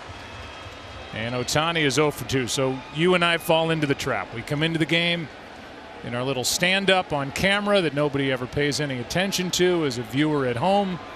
But we talk about Ohtani and we talk about Gleyber Torres. And oh, by the way, the 26-year-old Mike Trout is in the ball game, and he kind of reminds us all that he's the best player out on the field. Yeah, the Yankees should play a box and one on him, meaning don't pitch to him and don't hit it to him. And right now, when they pitch to him, it's been the damage that he's done at the plate, and he gets to everything that's in the air. So Judge and the towering trio are looking to try and get this game tied up, and if not, ahead. Here's a little chopper out in front of the plate. Berea can't make the pickup, and safe at first with an infield hit is Aaron Judge. He's been on base 3 times. So I'm going to say right now that he'll have the longest ball hit for the Yankees and the shortest ball hit for the Yankees for hits this year. What are you calling this one? This, 6 feet, 8 feet, 10 feet? A little more. Yeah. Probably a little free throw, 15 feet. I'm not sure if Berea comes up with that ball cleanly, he's got a chance. He didn't react good enough. He didn't get off the mound, and again, Judge, for a big guy, can run.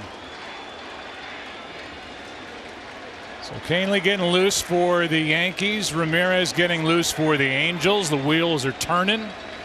1 on, 1 out. Didi Gregorius takes a pitch down and in. Didi got back-to-back days off over this past week trying to hit the reset button. And he cannot wait for the calendar to hit the month of June. Yeah, I would agree. He's been real aggressive, real pull happy. A lot of his home runs, all of his home runs are on the pull side, but a little too aggressive. Flied into center off the end of the bat and easy for Trout. 2 down. Wrong guy. Got to stay away from him.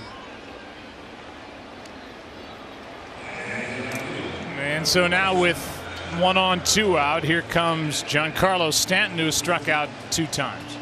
The action continues in this series tomorrow as the Yankees wrap up against the Angels, followed by a 3-game series against the defending world champion Astros. See Judge, Stanton, Sanchez, and more at Yankee Stadium. Visit Yankees.com for tickets. Great crowd here tonight. This city and baseball buzzing with this young, fun Yankee team, and that's over the outside corner for a strike. Maybe. That pitch was off the plate. Wow. It's a good start for Berea.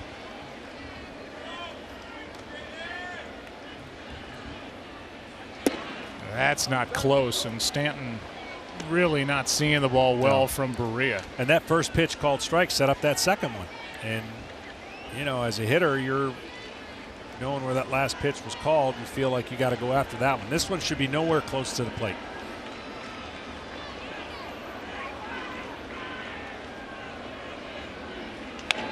Right off the end of the bat. That one was actually too close to the plate.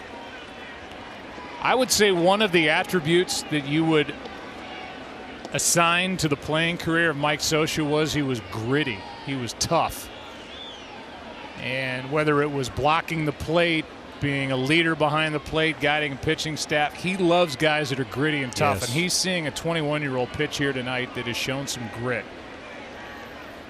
He's one good pitch away from getting through 5 innings with a lead. And the next pitch will be pitch number 88 on the night. So here's the first pitch, right? The first pitch sets up this at bat. That's off the plate, called a strike. Now he's got his eyes, Stanton's eyes, way off the plate. So continue to creep off the plate. Get out there. Briseño sets up out there, and that's off the end of the bat again. Sorry, go ahead, John. And that's what the catcher is doing to him. That last gesture, get the ball down. Get the ball down, you got a strikeout. For as closed as Stanton is, he still can't get there. Right. That's just too much of the plate, even for.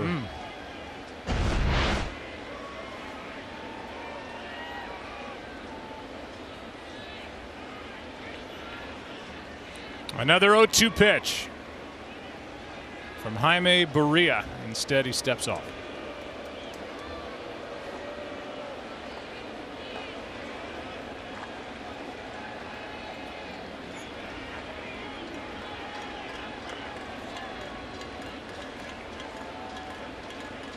Tying run at first, 2 out, runner goes, pitch a ball, throw down and out to end the inning. Aaron Judge, who stole a base back in the 3rd, is thrown out to end the 5th. And Jaime Barria fights his way through 5 innings tonight. 5-4 Angels into the 6th.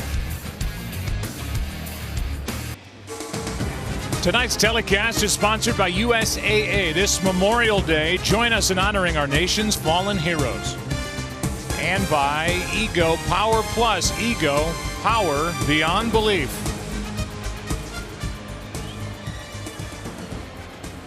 Five-4 game into the 6th inning we go. It'll be the number 9 hitter, Briseño. And back to the top, Zach Cozart, Mike Trout. Tommy Kahnle comes into the game. 6 games reinstated from the DL. Tendinitis in his shoulder. The velocity was down. They shut him down. He had to work his way back on the active roster last night, and he brings it home at 94 for strike 1 on Briseño. Fastball changeup combination, but you saw those strikeouts to walk. That's the one thing he's going to have to get a little bit better, and partly probably due to that injury he was having commanding the baseball. Too many walks.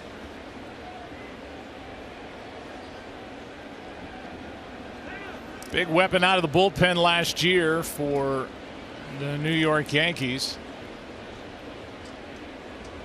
And they had some guys that could come out of the bullpen, throw hard, joining with David Robertson, Chad Green,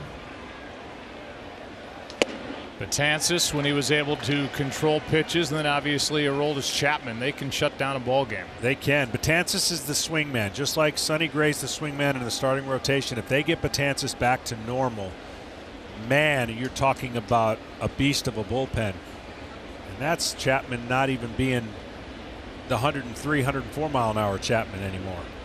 Chapman got a 4-out save last night, brought into the game to get Ohtani.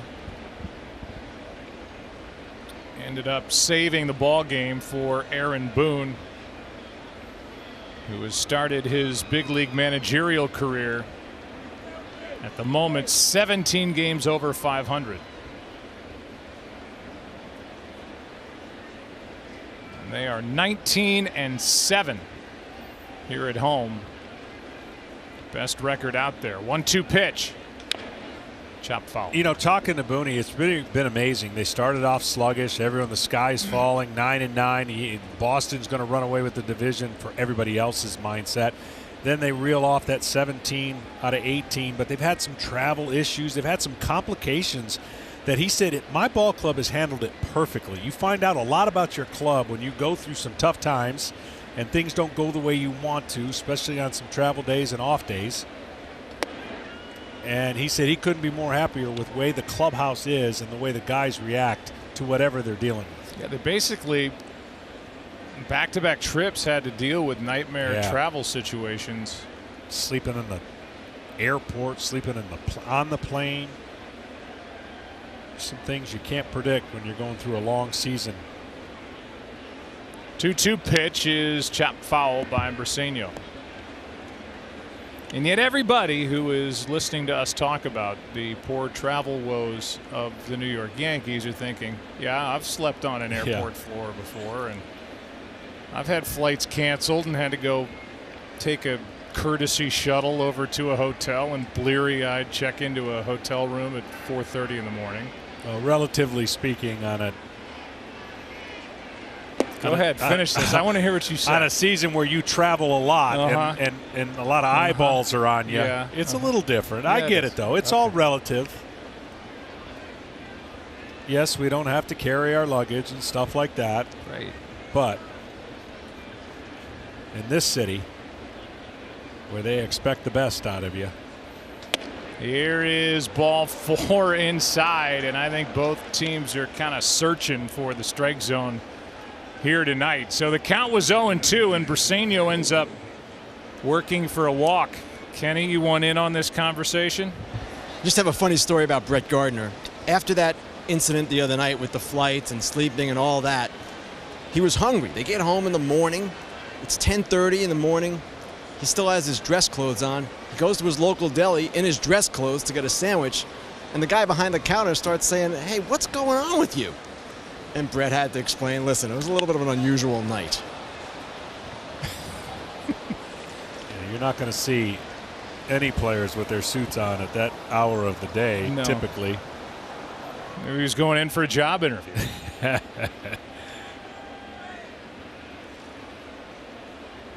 First pitch to Cozart, who is 2 for 3, is lined foul down the left field line.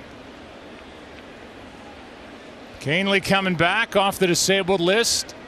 The 0-1 pitch. Strike 2. Velocity was down in the low 90s when they had to shut him down, and that last pitch at 95. And he can rush it up there better than that. He's definitely got the velocity back, and he started the first 2 hitters 0-2. He needs a better ending here on this at-bat.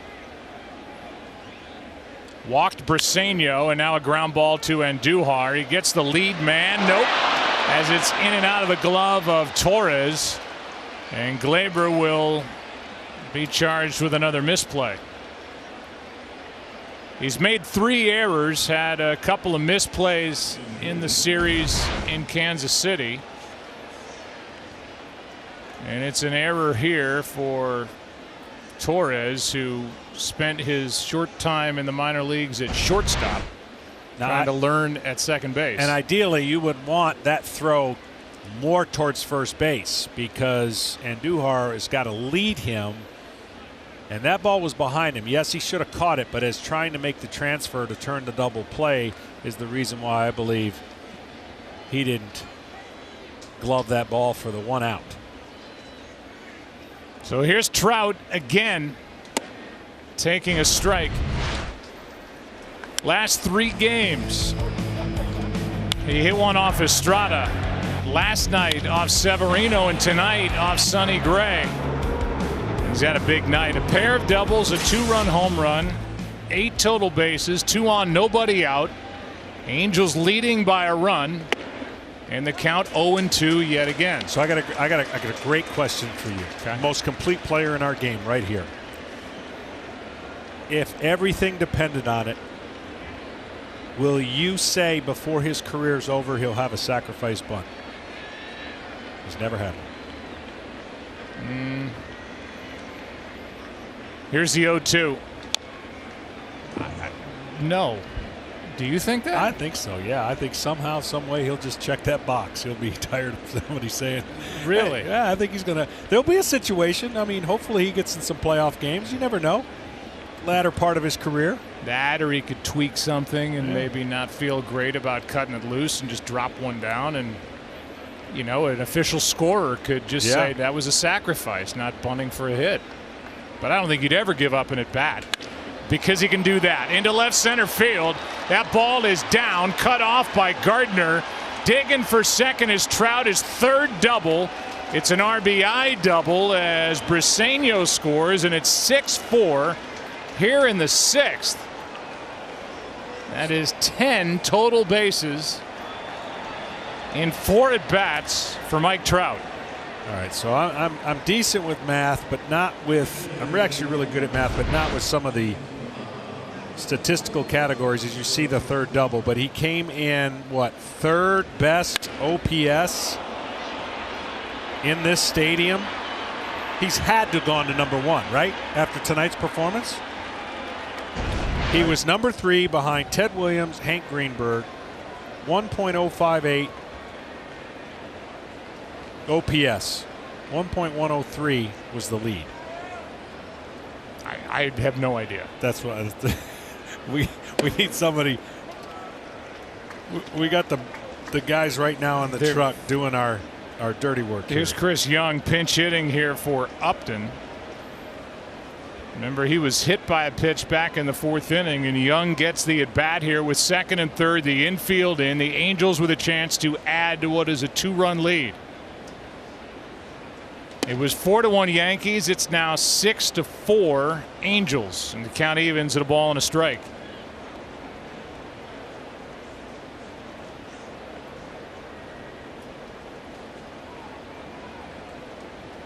Young comes off the bench hitting just 154, 2 homers, 5 RBIs. Canely brings it on 1-1 and down and away, 2-1.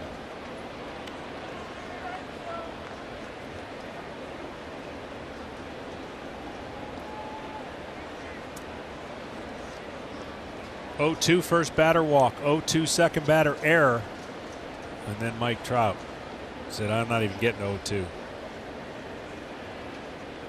Here comes a 2-1 pitch. And that's down 3-1 with Pujols on deck.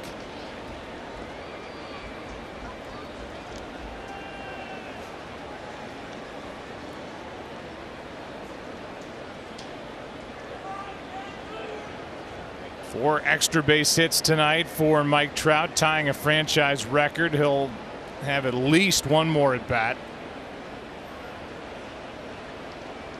3-1 pitch is up and away. Bases will be loaded, and Pujols will bat for the second time in this game with the bases loaded. And here comes Larry Rothschild, second mound visit. First for Canely. Next Saturday, we've got 3 big games on Fox. Most of the country will see the Cubs take on the Mets. For others, Red Sox and Astros, a good one. They met in the playoffs last year. The Dodgers and the Rockies battle in the NL West. It all starts at 7 Eastern, 4 Pacific on Fox. Check local listings for the game in your area. This is turning into a rough return from the disabled list as action has started now as Chasen Shreve gets loose for the Yankees in their pen. Yeah, and now for Pujols, really struggling on off speed, but this is a fastball pitcher in Canely and a good fastball hitter in Pujols. So part of that conversation had to be, look, trust your off speed here. You can't just pound the ball in the zone because Albert's one of the best at destroying that. He's got 621 career home runs.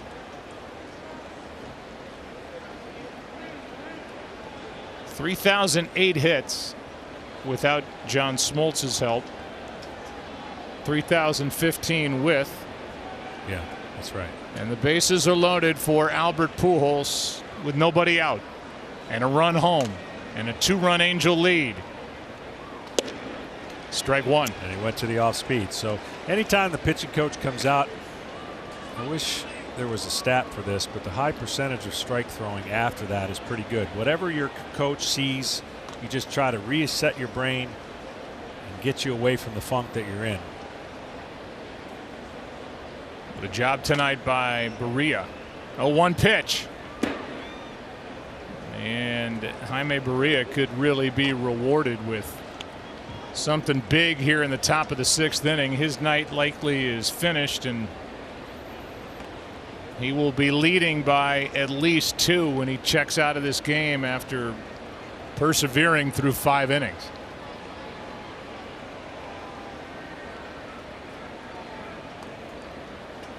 Here's a 1-1. Pujols shoots it into left center field, and more runs for the Angels.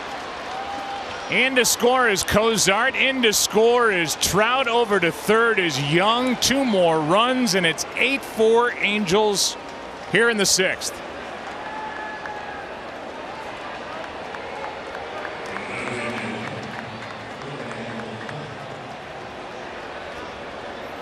And the batter will be Ohtani. As Trout is right in the middle of the action again, and Pujols with a line drive over the head of the shortstop Gregorius. Yeah, hanging changeup, and Pujols didn't miss it.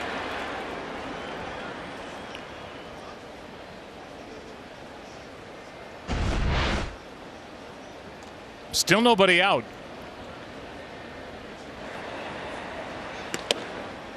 Ball 1 outside to Ohtani.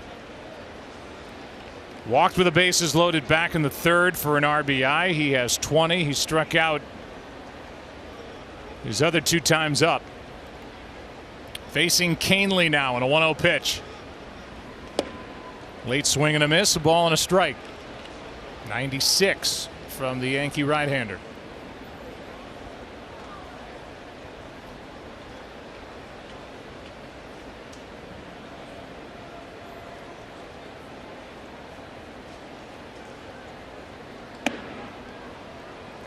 Ohtani, many feel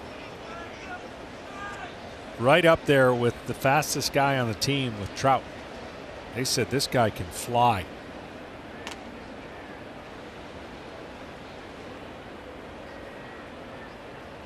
Two 2-1 pitch is fouled right side. 2-2.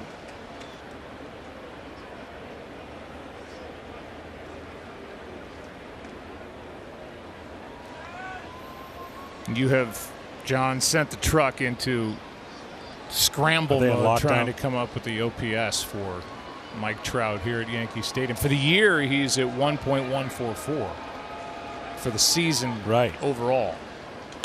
And a good job by Ohtani to spoil that pitch from Canely. Well, my line of thinking is he doesn't have a ton of at-bats here at this stadium, so you would think that his 4 for 4 would go up a little bit higher than the norm. So he has officially the highest OPS all time against the Yankees here in the live ball era. Way to go, John. Thank you. That was big. That was really big for me. Here's the 2-2 pitch. Back up the middle. They had him played perfectly. A run scores, a double play, 2 out in the inning, but a 9-4 Angel lead. And the bases are empty with 2 down, and Aaron Boone barely let the double play get turned before he popped out of the dugout, and that's it for Tommy Canely. Shreve is coming in. Bases empty. It's a 5-run Angels lead here in the 6th. We want to send our thoughts and our condolences to one of our best friends inside the baseball family at Major League Baseball, Bernadette McDonald, who recently lost her mother. Bernie is so great to us at Fox and has been for so long. Ruth Connor Cannon, Bernie's mom, born in the Bronx, 1930. Lost recently at the age of 87 years old. So, Bernie, we're thinking about you. We miss you out here, and all of our best to you. With 2 out, nobody on, Chasen Shreve misses down and in with a ball to Andrelton Simmons in a 5-run game. Yeah, Shreve has a condensed role usually for Boone in the bullpen. Saw the games and innings kind of close to each other, so we'll see what his role is going to be for the rest of tonight. But right now the Yankees probably stunned that they're down 9-4 after their start. It's been a 4-run inning for the Angels on only 2 hits. And that's where it will come to an end. 4 runs, 2 hits, a big error by Torres at second. Nobody left. And after 5.5, it's a 9-4 game with the Angels on top. What a night for Mike Trout. He'll have at least, well, he's going to have a couple more at bats before the end of this night. He's got 10 total bases. He's got 3 doubles, a home run. Noe Ramirez is on the mound. Chris Young takes over in left. We're trying to find out what happened to Justin Upton. And the first pitch is inside for a ball to Giancarlo Stanton. Stanton is 0 for 2. Struck out twice against the starter Barria. And Jaime was really good here tonight after suffering 3 home runs through 2 innings.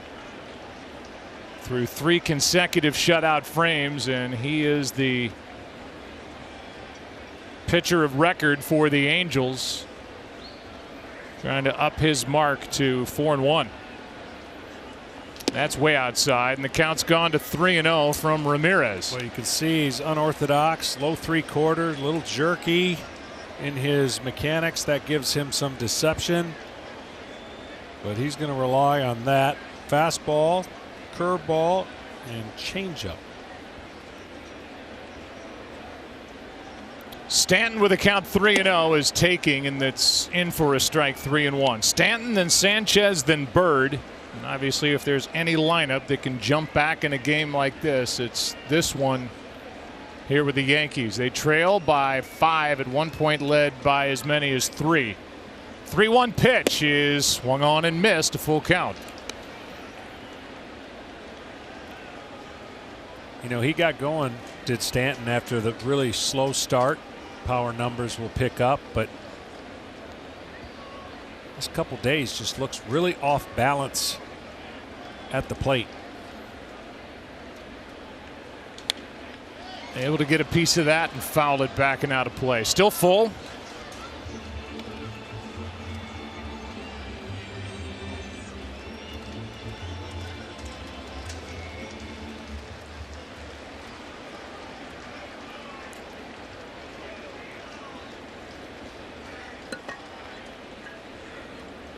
Bottom of the 6th inning.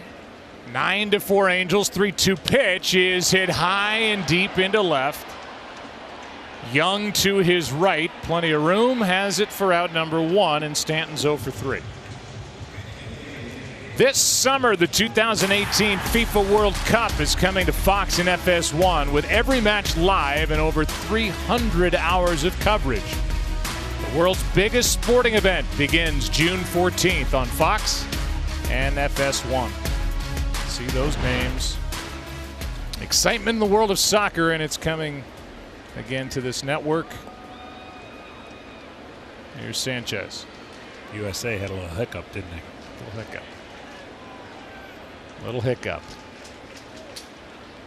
Not involved. With 1 out and nobody on, a breaking ball for a strike to Gary Sanchez.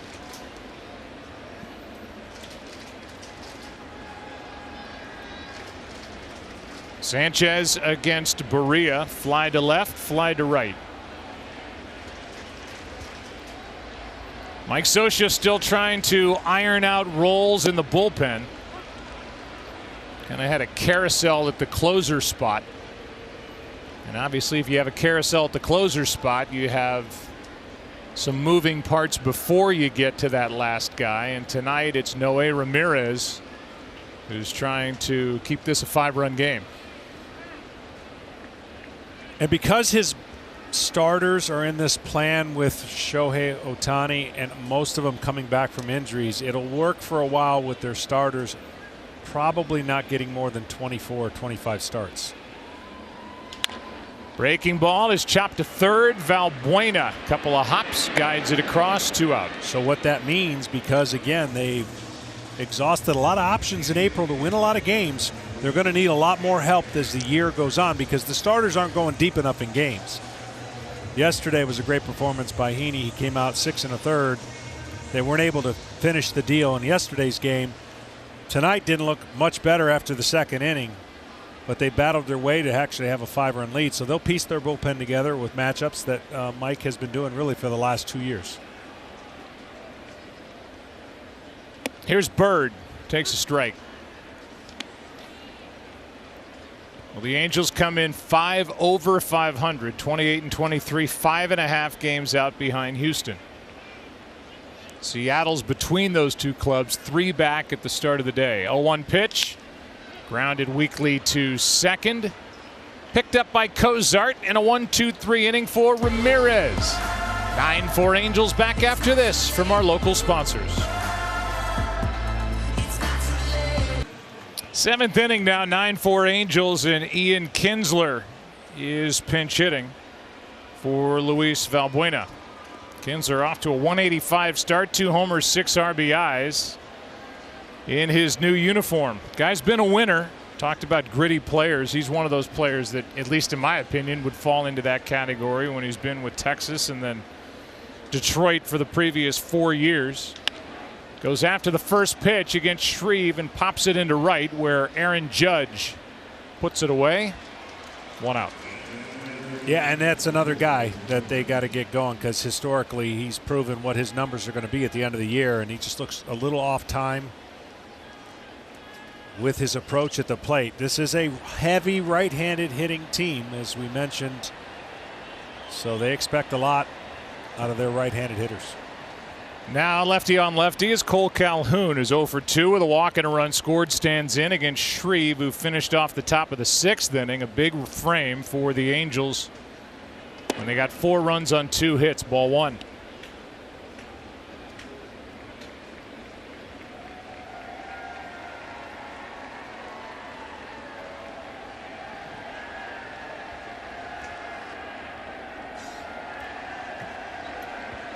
Here comes a 1-0.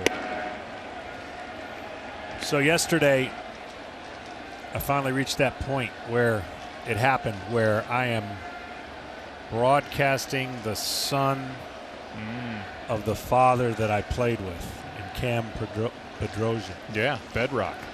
And 2-0 pitch is outside, 3-0. Working with Bob Costas, his example of that was seeing you as a 6-year-old. Little fat Joe with a huge head walking around. That's how Tim McCarver used to describe me. I saw this boy. He had a huge head. I mean, it was huge. Walking around the clubhouse with his dad, Jack. I mean, his head was huge. That's a strike over the inside corner. That wasn't the transition I was looking for, but, you know. Hey, if you're born with it, you flaunt it. Yeah, that's right. It's a massive head you're looking at.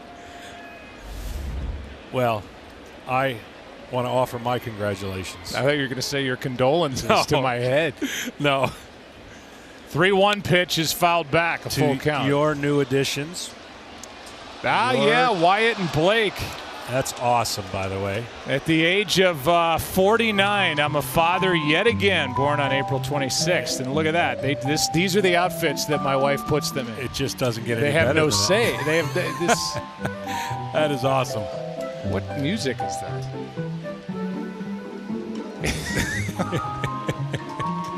Here's a 3-2 pitch. It's upstairs for a walk. Music is a little haunting. It's a 5-run game in the 7th inning when we're pulling out like my wallet pictures to show the fans looking. This is actually it's been like a haunting game for the Yankees. They're not used to this when given that kind of lead. You know, they usually add on and they make a pitcher pay, but as you mentioned, that young 21-year-old held his own, and he's on the hook for a win. Here's a high fly ball into left. Briseño, in his major league debut, has gone deep. A 2-run shot. And Jose Briseño's been on base 3 consecutive times, and now he's got his first. In the big leagues, it's 11-4. Let's see how the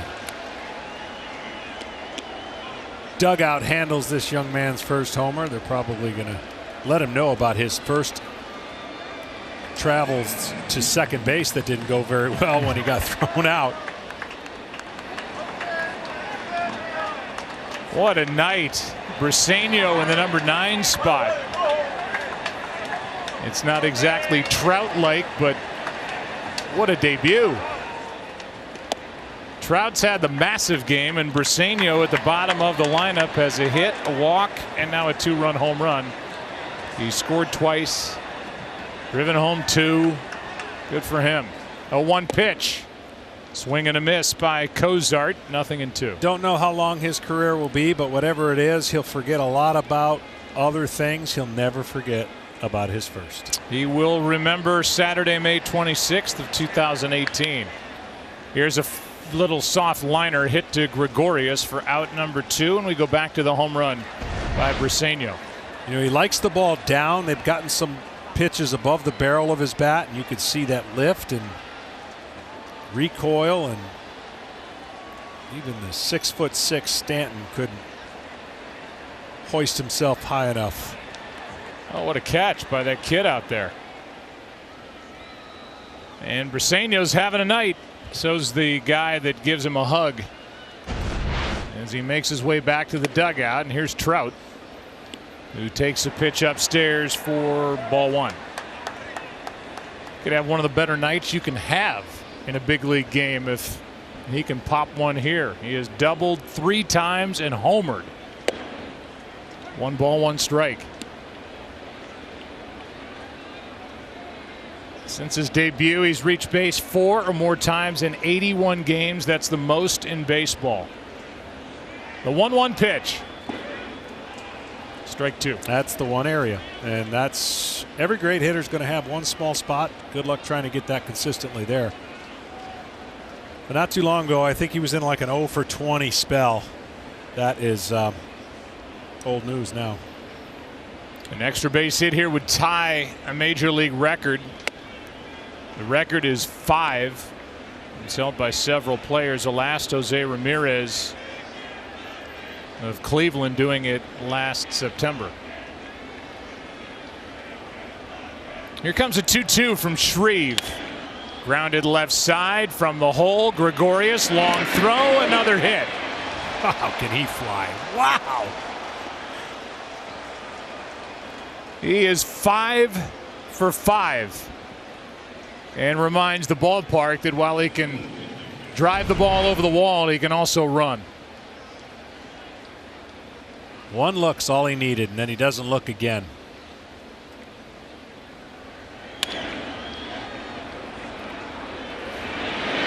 That's so impressive. Didi knew too. I mean, he did everything he could. Play him deep. Trying to get rid of it as soon as he could.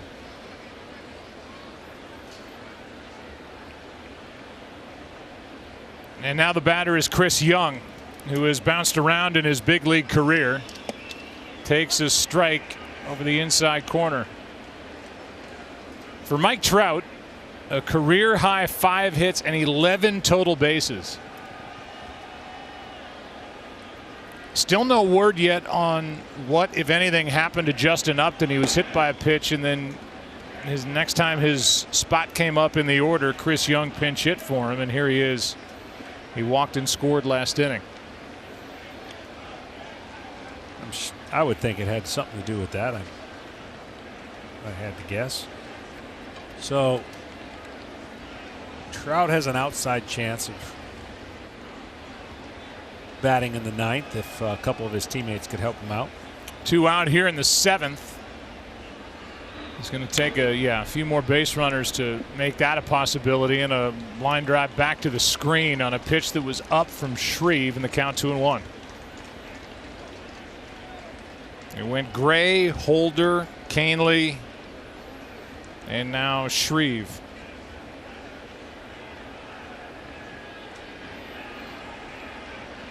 Chasen's 2-1 pitch is down, 3-1.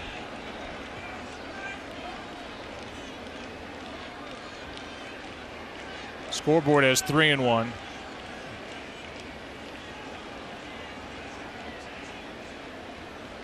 Our Fox box correct at 2-2. Our man Levy on the switches down there. There's nobody better. You can count on Levy down there to work that Fox box better than he's like Mariano Rivera coming out of the bullpen. He just doesn't make mistakes. Mike's the best.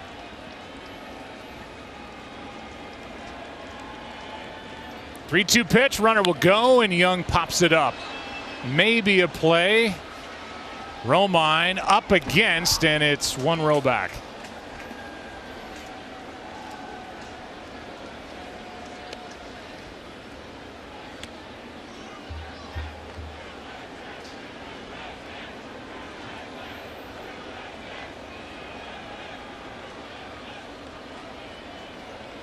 There have been 17 hits, 15 runs, a total of 2 errors.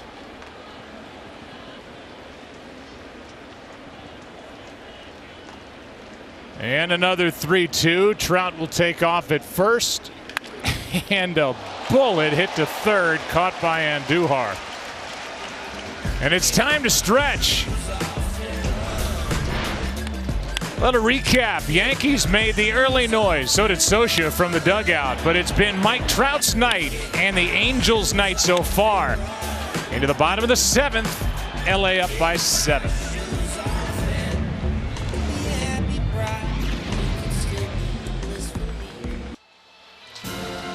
With Memorial Day weekend well underway, and we wish all of you a safe and happy one, filled with family and thoughts of those who have served, past and present. Some of the greatest to ever play in the major leagues also served their country, whether it's Christy Mathewson, Joe DiMaggio, Bob Feller, great Willie Mays, Ted Williams. So a big thank you from all of us to our troops at home and around the world.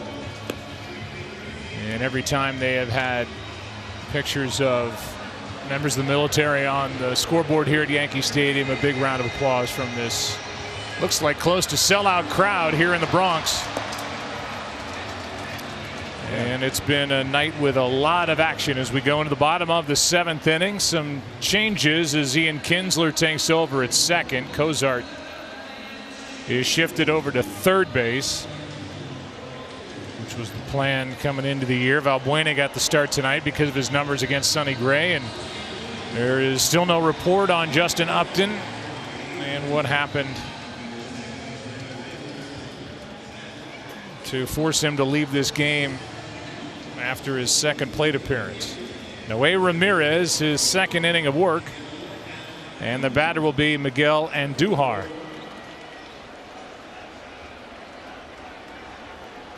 The Angels return home on Friday for a 6-game homestand against the Rangers and Royals. You can see Trout, Pujols, Ohtani, and more in Los Angeles. Visit Angels.com for tickets.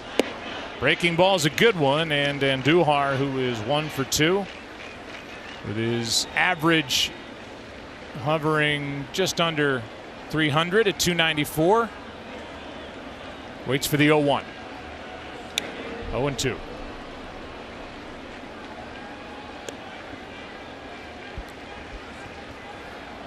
And now Cole, the right-hander. A.J. Cole is getting loose for New York. The Yankees have that 14-game stretch in 13 days, so games like tonight do not call for that formula out of the pen. Breaking ball fouled away, and they had a lot of different scenarios when they brought Greg Bird back to the active roster. They could ship a pitcher out, but then they'd be shorthanded in their bullpen going into this stretch that started last night. They could send Tyler Austin back down to the minor leagues. He still has options left, but he's been so good they don't want to say goodbye to him. Earlier there was a chance that Neil Walker could have been a casualty, but he's been hot of late, and he gives you a lot of flexibility with a roster because he can play anywhere. So they ended up sending out Ronald Torreyes, which, as we heard from Kenny Rosenthal, was an emotional meeting that Aaron Boone and Brian Cashman had to have with Torreyes after last night's game. But he will be back. 1-2 pitch. Still 1-2. And it's rare in American League because you don't need that kind of depth typically because of the lack of moves. You don't pinch hit for the most part, but The Yankees are blessed with their young players playing beyond their years and causing tough decisions to be made to original plan they had in spring training. So it just gives them the tremendous depth that other teams would love to have because of injuries that they can't fill the void, can't replace the player. 1-2 pitch is inside. 2-2 from Ramirez.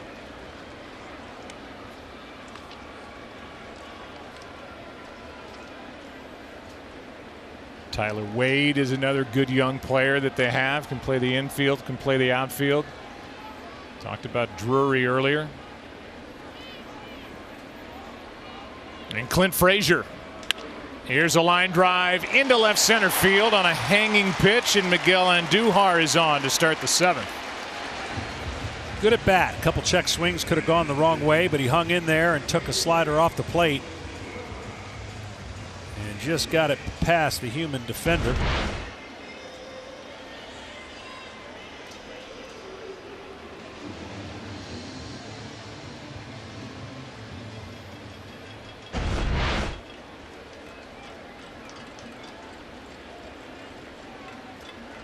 Now Austin Romine is 2 for 2 and is hitting .367.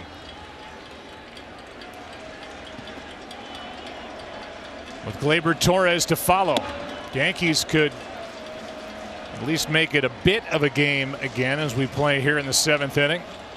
And Torres hitting in that number 9 spot can turn this lineup over, and they can put up runs in a hurry. So still a big inning and big outs to get for Noe Ramirez.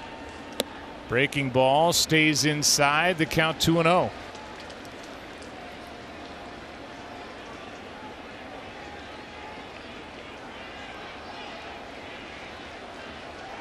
Some action going in the Angels bullpen.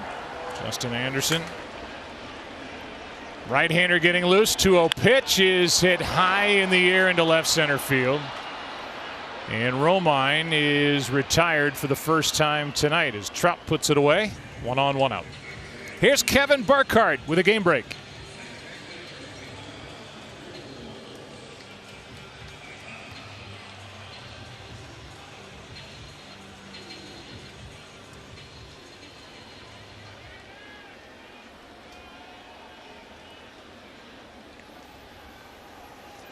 Yeah, the numbers are pretty stunning. Starting pitching at 2 1/4 runs, 2.25 for the Astros here into the end of May. And they can go really 4 deep, 5 deep.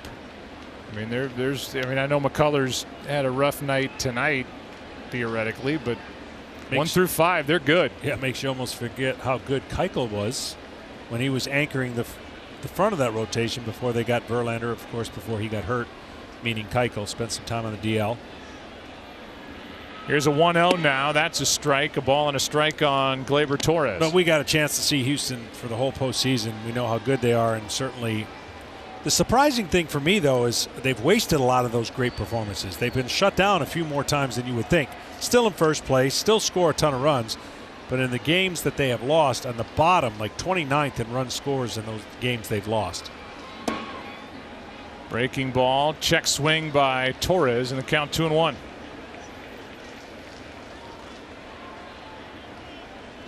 .96 at bats it took Gleyber Torres to get to 9 home runs. And coming into tonight, 9 homers over his last 16 games, 6 in the last 6. 2-1 pitch outside, 3-1. The word now on Upton, he left with a forearm contusion. The x-rays were negative. That's why Chris Young took over when he did in the 6th. Well, for Mr. Torres, if he's looking to extend that streak of homers, I would think he's going to get a fastball right here and look middle in and try to do some damage with it. Went deep last night to, in essence, win the ball game with a shot to right. He walks here with 1 out, and that's the second walk handed to the Yankees all night. And here comes Mike Scioscia. And out goes Ramirez with Justin Anderson. The right-hander coming in, 2 on, 1 out. Angels lead by 7. Tonight's telecast sponsored by Hankook Tire. Chase down your passion, never halfway. And by Geico, 15 minutes could save you 15% or more on car insurance. Well, what do you think there, Smoltzy? Tiger Woods is back. He's getting closer. He is. He had a great weekend at the Players. Tiger and the greatest golfers in the world will be at the 118th U.S. Open. Live coverage begins June 14th from Shinnecock Hills on Fox and FS1 and streaming live on Fox Sports Go. I was there last Monday. The fairways are a bit wider than the last time the U.S. Open was held there in 2004. They've narrowed them a bit since they did a redo, trying to get back to the original William Flynn design. Maybe those wider fairways bring a guy like Tiger Woods even more into the mix as Gardner takes a strike. Yeah, that's really, I mean, he's almost come back full circle to once he gets that driver more locked in. He's going to win again. 2 on 1 out. That is slashed foul left side, strike 2. Well, this young man can throw it. You already seen it, 97 miles an hour over the top delivery. He's got a little tap of the glove when you see him get ready to come in. It's that slider that when it takes the turn is really good. When it rolls, it's not so much.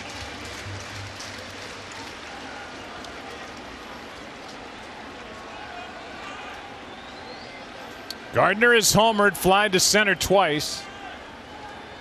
Third pitcher now of the night for the Angels. 2 on, 1 out, 0-2. Well, he is a big-bodied right-hander that comes over the top. And as you say, the velocity 99 miles an hour for ball 1. It's all about those secondary pitches, spinning the baseball after commanding the fastball. Velocity is becoming something we are so accustomed to, and now hitters actually accustomed to. 1-2. 100 from Anderson, and Gardner just able to put the bat on it and foul it out of play.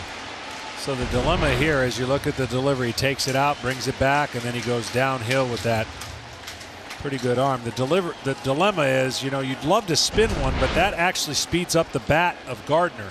He hasn't been able to get around or at least time the fastball to this point. 1-2. 2-2.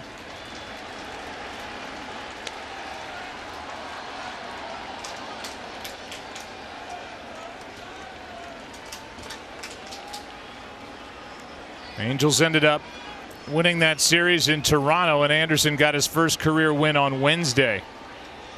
Won a scoreless inning. Big come from behind effort. 2-2 pitch. He is down the left field line. That ball's trouble if fair. It is just foul. And the runners will have to return to first and second.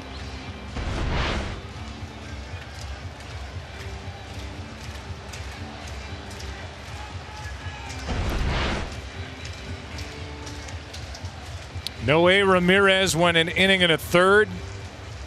Responsible for the 2 on. He allowed a walk and a hit. Judge on deck.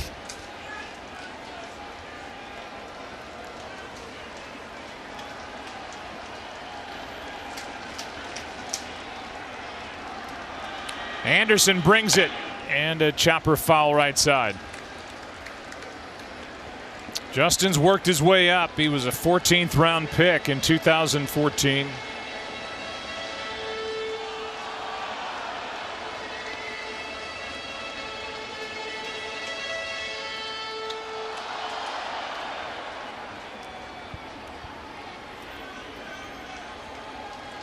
Bullpen is quiet for the Angels, active for the Yankees. 2-2 pitch. With 2 on, 1 out. Another foul. Pretty good battle here. 99-mile-an-hour pitch.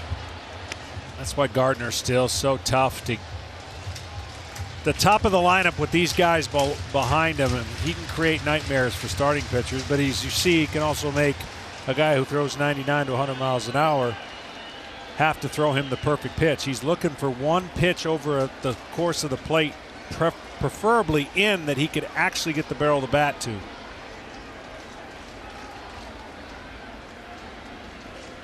Another 2-2. Got him over the outside corner. Gardner was frozen. 2 out. That's the difference. If this pitch comes back closer to his body, he hits it. But it stayed right there in the outer half of the plate for a backdoor strike. Briseño, the catcher, a pretty good job to frame it, but according to our strike zone, it just caught the edge. And now we'll see what big number 99, Aaron Judge, can do against Anderson.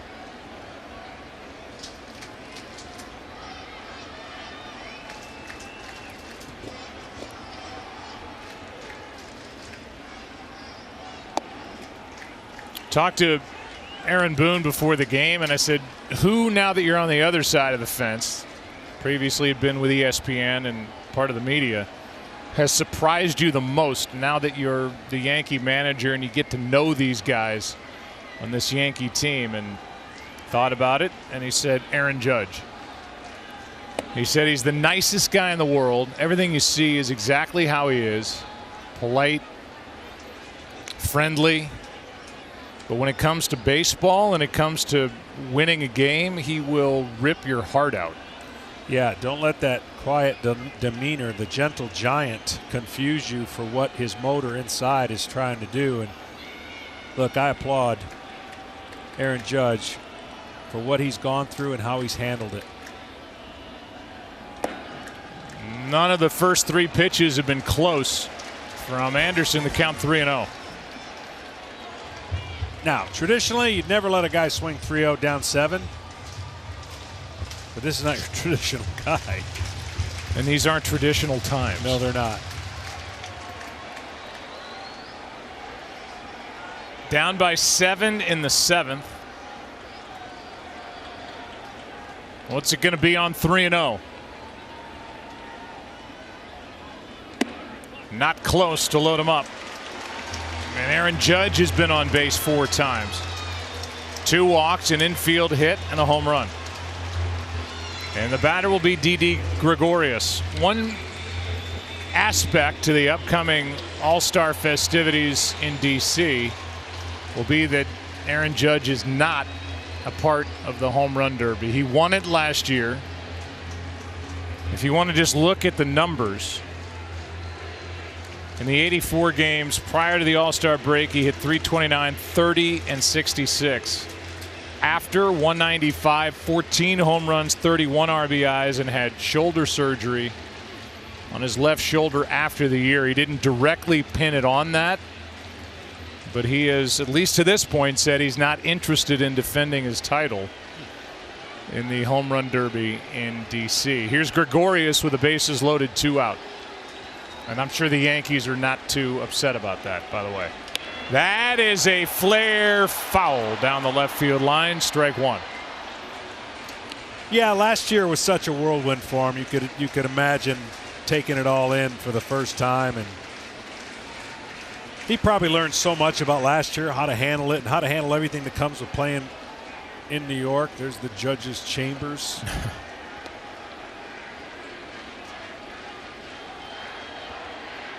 I think he's better prepared, though, if he has a change of heart.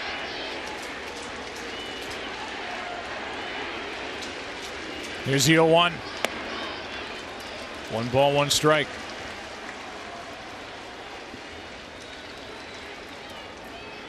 The bases are loaded with 1 swing from a guy who hit a career-high 25 home runs last year. This will be a 3-run game. He's got 11 on the year, 0 for 3 tonight. His average has been on the sink after a huge April. Fights it off, fouls it back, strike 2, and Anderson could get out of this jam.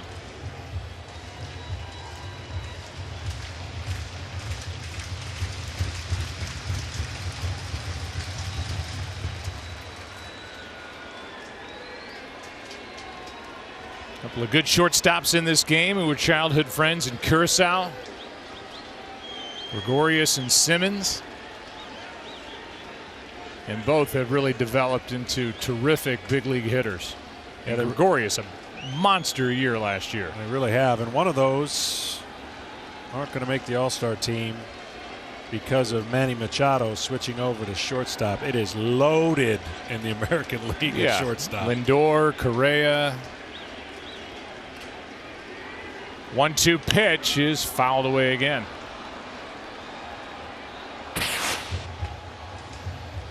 '17 World Baseball Classic.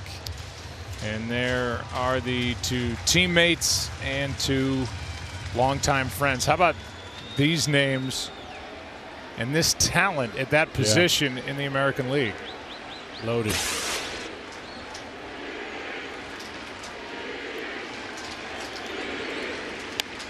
Good job by Gregorius to fight off that pitch. Yeah, interesting. When they were young, Didi played second. When they were in the World Baseball Classic, Didi played second. Simmons staying at short.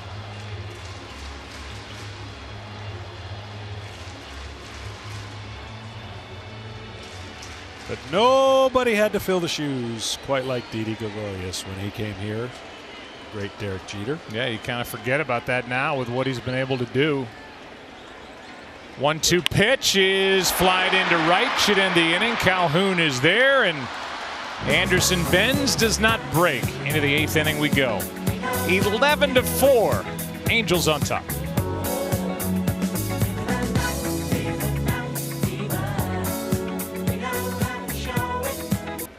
The MLB at Bat mobile app brings every baseball moment to your favorite devices. Catch it all season with the free MLB.tv game of the day. Live radio broadcast, in-game highlights, stats, news, and more. Download MLB at Bat today. It's your #1 app for live baseball.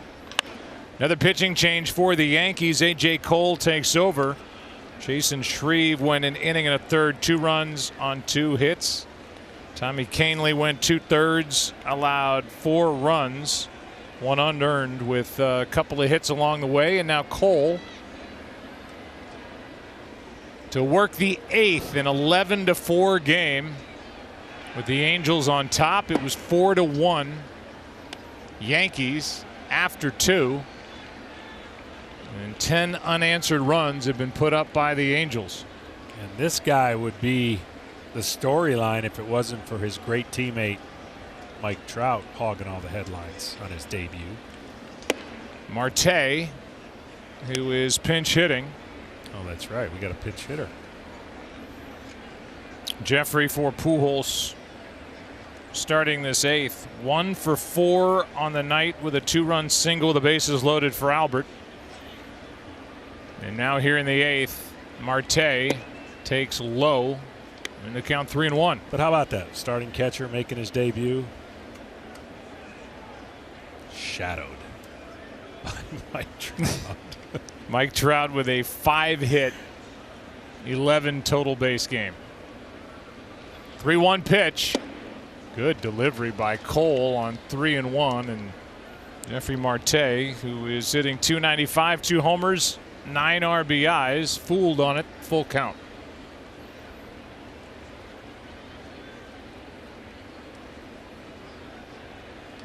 That's strike 3 called, and 1 out here in the 8th. Good job by Cole to battle back after falling behind 3-1.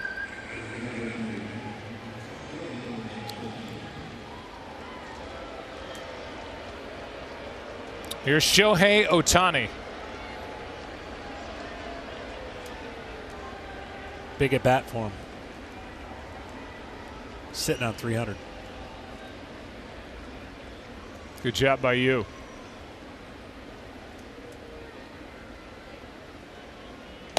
Takes a strike over the outside corner. Ohtani has struck out twice, hit into a double play, walked with the bases loaded for an RBI. The 0-1 from Cole. Ball 1. The Yankees in these 2 games, and I've seen other teams do it. I mean, Ohtani has had some hits taken away from him. He hits a lot of balls up the middle on the ground, and Yankees have had him played really nicely these 2 games, taking away a couple hits from Ohtani. Here comes a 1-1. Ohtani played 5 years in Japan. Had an ankle injury last year. It limited him to just over 25 innings pitched. He's never thrown more than 160. in a season, so they're trying to limit his work on the mound. That is a rocket up the middle and right at Gregorius, who had him played beautifully. 2 out.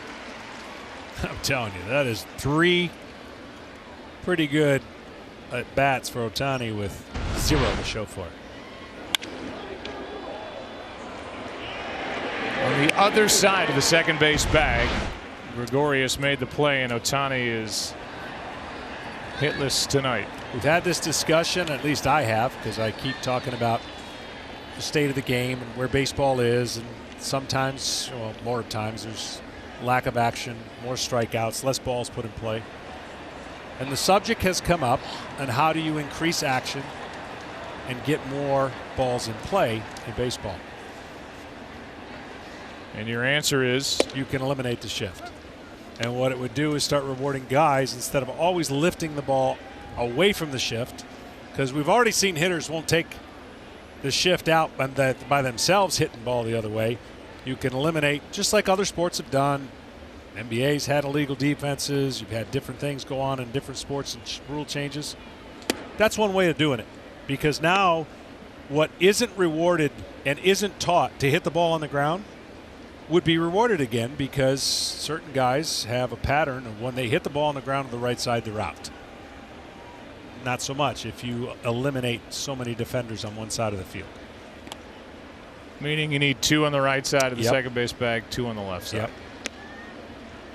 There's going to be things that come down the road that people are just going to have to embrace. If the game continues the way it is, with the amount of strikeouts, we're on pace for over 10,000 more baseballs not put in play this year than last year. And last year was a record-setting year. Yes, and so that trend cannot continue if you're looking at the game as a whole long term. 2-1 pitch is down 3-1 on Andrelton Simmons, who is 1 for 3. We know if you don't make any pitching rule changes, meaning roster size limits or the ability to throw as many guys as you want at any point in an inning, that this trend will continue. There's still going to be more pitches and more pitchers thrown per 2 teams. So the athleticism that exists in our game, we're not seeing as much of it because there's not enough action at times. Yankees just shifted with a count 3-1, and that breaking ball is in for strike 2 on Simmons.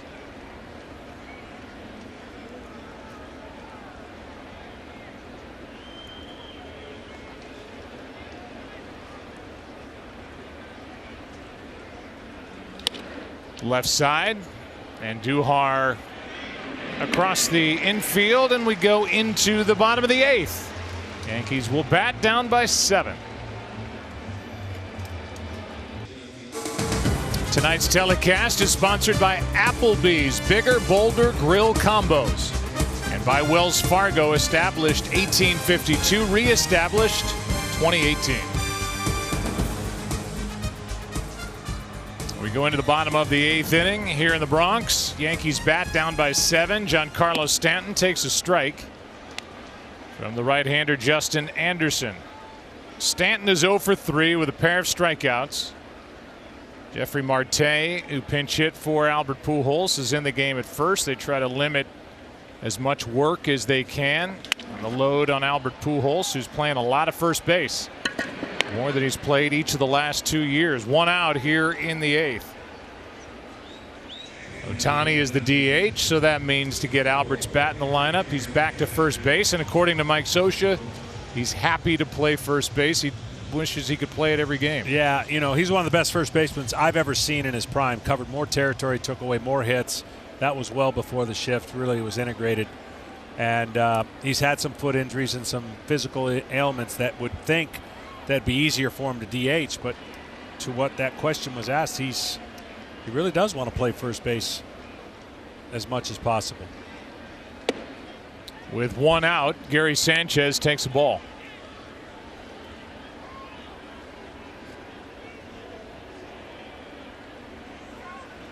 The Angels, when they bat in the 9th, will have to get a couple of men on to get Trout to the plate again. Popped up left side, foul territory. Cozart is tiptoeing along the railing and has it 2 out.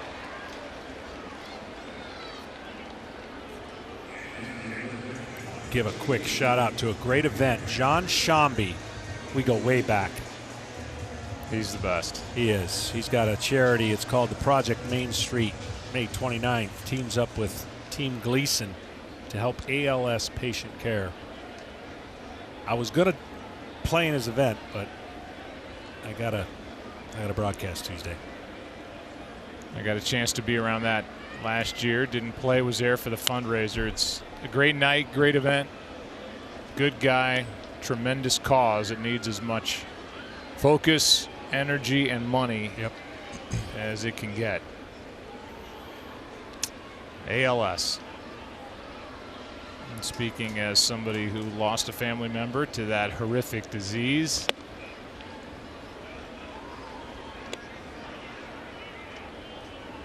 Kenny Rosenthal was wearing the bow tie in honor of those efforts today. It is something that needs all of our attention, and there is just nothing worse than that disease. So the number, Lou Gehrig.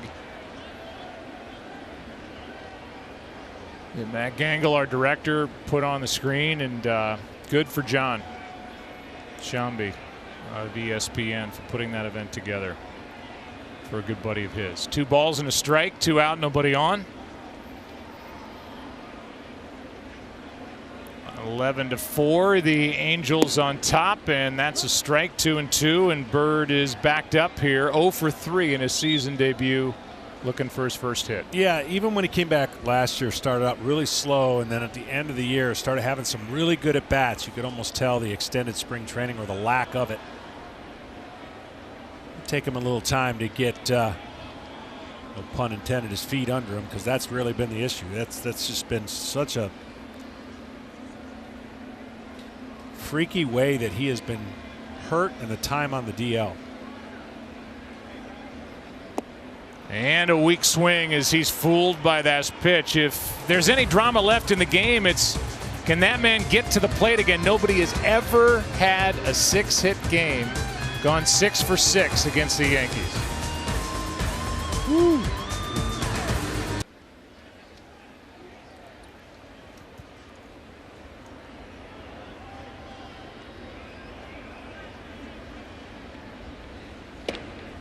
Ian Kinsler's second at bat of the game since taking over in the 7th, leading off here in the 9th.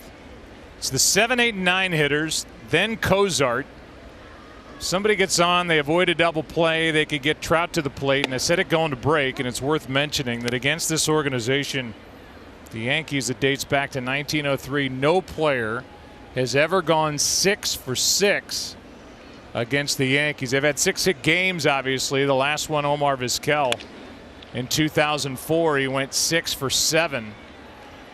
But that is what Mike Trout would be trying to do with his current 5 hits, 11 total bases if he gets up again, but he needs some help. He does need some help.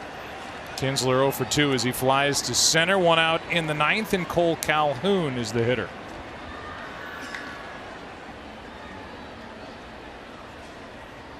Calhoun has been on base twice. He scored a run each time he's walked. 0 for 2, hitting 158. Taking batting practice, the Angels did not hit on the field before this game, which disappointed those of us who were excited to watch Shohei Ohtani put on his typical show that has all these players talking about it. They did hit in the cage, and Cole Calhoun was down there hitting with Albert Pujols in a group with Paul Sorrento watching. That is grounded left side, and Duhar backs up, throws, got him. 2 out. Dynamic play of the game presented by Hankook Tire. And how about the night for Mike Trout at the age of 26, the 2-time MVP. 3 doubles, a 2-run shot, a single that he legged out. Look at the effort. And that's the only pitch that wasn't in the strike zone. So when you make not the best quality pitch to the greatest hitter in the game and player in the game, that's what happens. 2 out, and the Angels need to get the next 2 guys on to get Trout to the plate again. Briseño with a big MLB debut with a hit A walk, a 2-run home run. And a nice job behind the plate. Yes. Very nice job. Kept his starter in the game. You could tell he was working him through it. Caught him in AAA, I'm pretty sure. Good pitch down from A.J. Cole. Strike 2.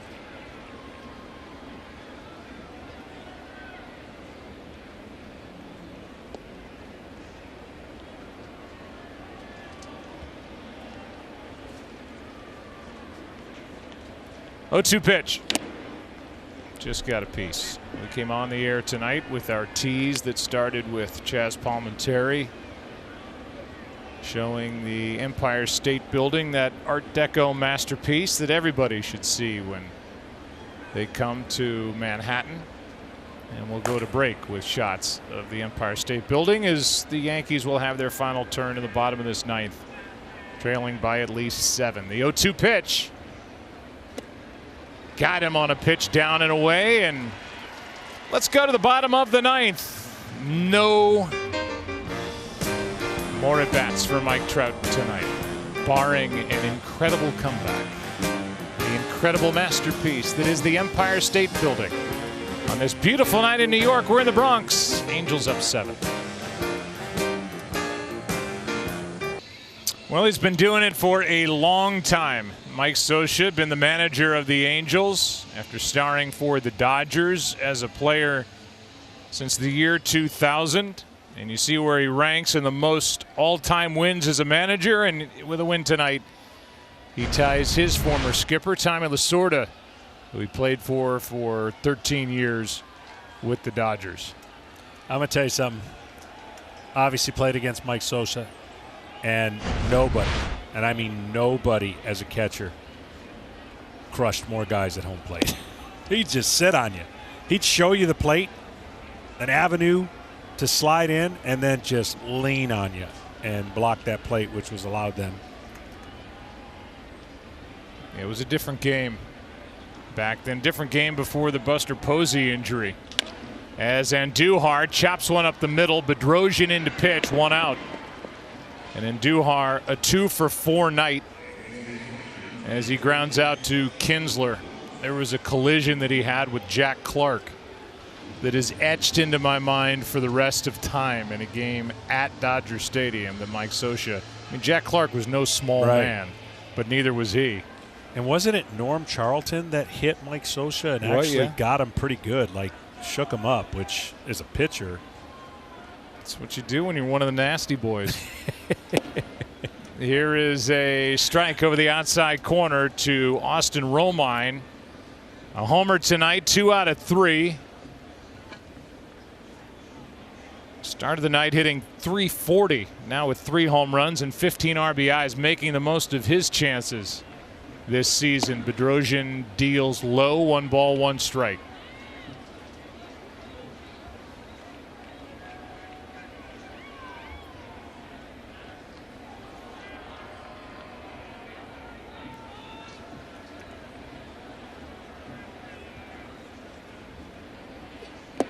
Here comes a 1-1, a check swing. On the road, the Angels are percentage points ahead of Houston for the best record away from home, and they can add another win to the total. With 1 here tonight, they'd be 17-6 with the rubber game of this series coming tomorrow. And I asked Mike about that, and he just, there's no real answer for that. I mean, the conventional thinking would be all the attention Ohtani gets at home and all the different things and distractions and maybe attention to detail that you don't maybe have to on the road. But he just said, we haven't played the type of baseball at home that's indicative of what you should do, and haven't taken advantage of that. So he thinks that'll work itself out for sure. Should even out. Yeah. 2 balls, 2 strikes, 1 out, nobody on here in the 9th, and Romine steps out. The flip side of that is how good the Yankees play at home. 19-7 coming in. You can understand that. This place was built for some of the monsters in the lineup. Check swing on ball 3, down and away, a full count. Just to finish with Scioscia. Among managers, the most wins with any team all time. Connie Mack is number 1. John McGraw. Bobby Cox, who you've met a few times over the years. Walter Alston. And the man that took over for Walter Alston was Tommy Lasorda. Those two are back-to-back on that list. And then Mike Scioscia, who is in his 19th season as manager of the Angels and in the final year of a 10-year deal. Hard hit, but caught on a line for the second out here in the 9th inning, and a 2-for-4 night for Romine. You just never know when you're playing, and he had a good career. You just never know what influences and what choices you'll make afterwards, and certainly stayed in that West Coast crosstown team with the Angels. Last chance for Gleyber Torres to extend his home run streak to 5 straight games. Youngest to do it 4 straight in AL history. Went the opposite field for the deciding run last night, and he has shown that he can hit the ball out to right, especially in this ballpark with the short right field porch. So far tonight, 0 for 2 with a walk, takes a strike. The producer of this game, Pete Macheska. The director is Matt Gangle. The associate director, Brian Biederman. The broadcast associate, Brian Colucci. Steve Horn, our editorial consultant here in the booth. And Al Friedman is the camera operator extraordinaire. 2 spots over to my right. There's a breaking ball for a strike, and the Yankees are down to their final strike. And you're getting ready for the U.S. Open. Can't wait. I can't either. I mean, back to kind of a traditional venue with Shinnecock. By the way, Wayne Fiddleman was the one that crunched the numbers to get the OPS for Trout. If Briseño can find it, which he does, he throws to first, and that's it. The Angels win it by a final of 11-4. The winner, Barria. Jaime, the 21-year-old, fought his way through it, goes to 4-1. And Sonny Gray suffers the loss, couldn't string back-to-back strong starts together. Now 3-4. 3.5-hour game. Glad you were with us. John Smoltz, Kenny Rosenthal, and Mike Scioscia. We say so long. We'll take a break. The studio on the other side of it. Rubber game of this series coming up tomorrow. What a night for the best in the game. Mike Trout. Good night.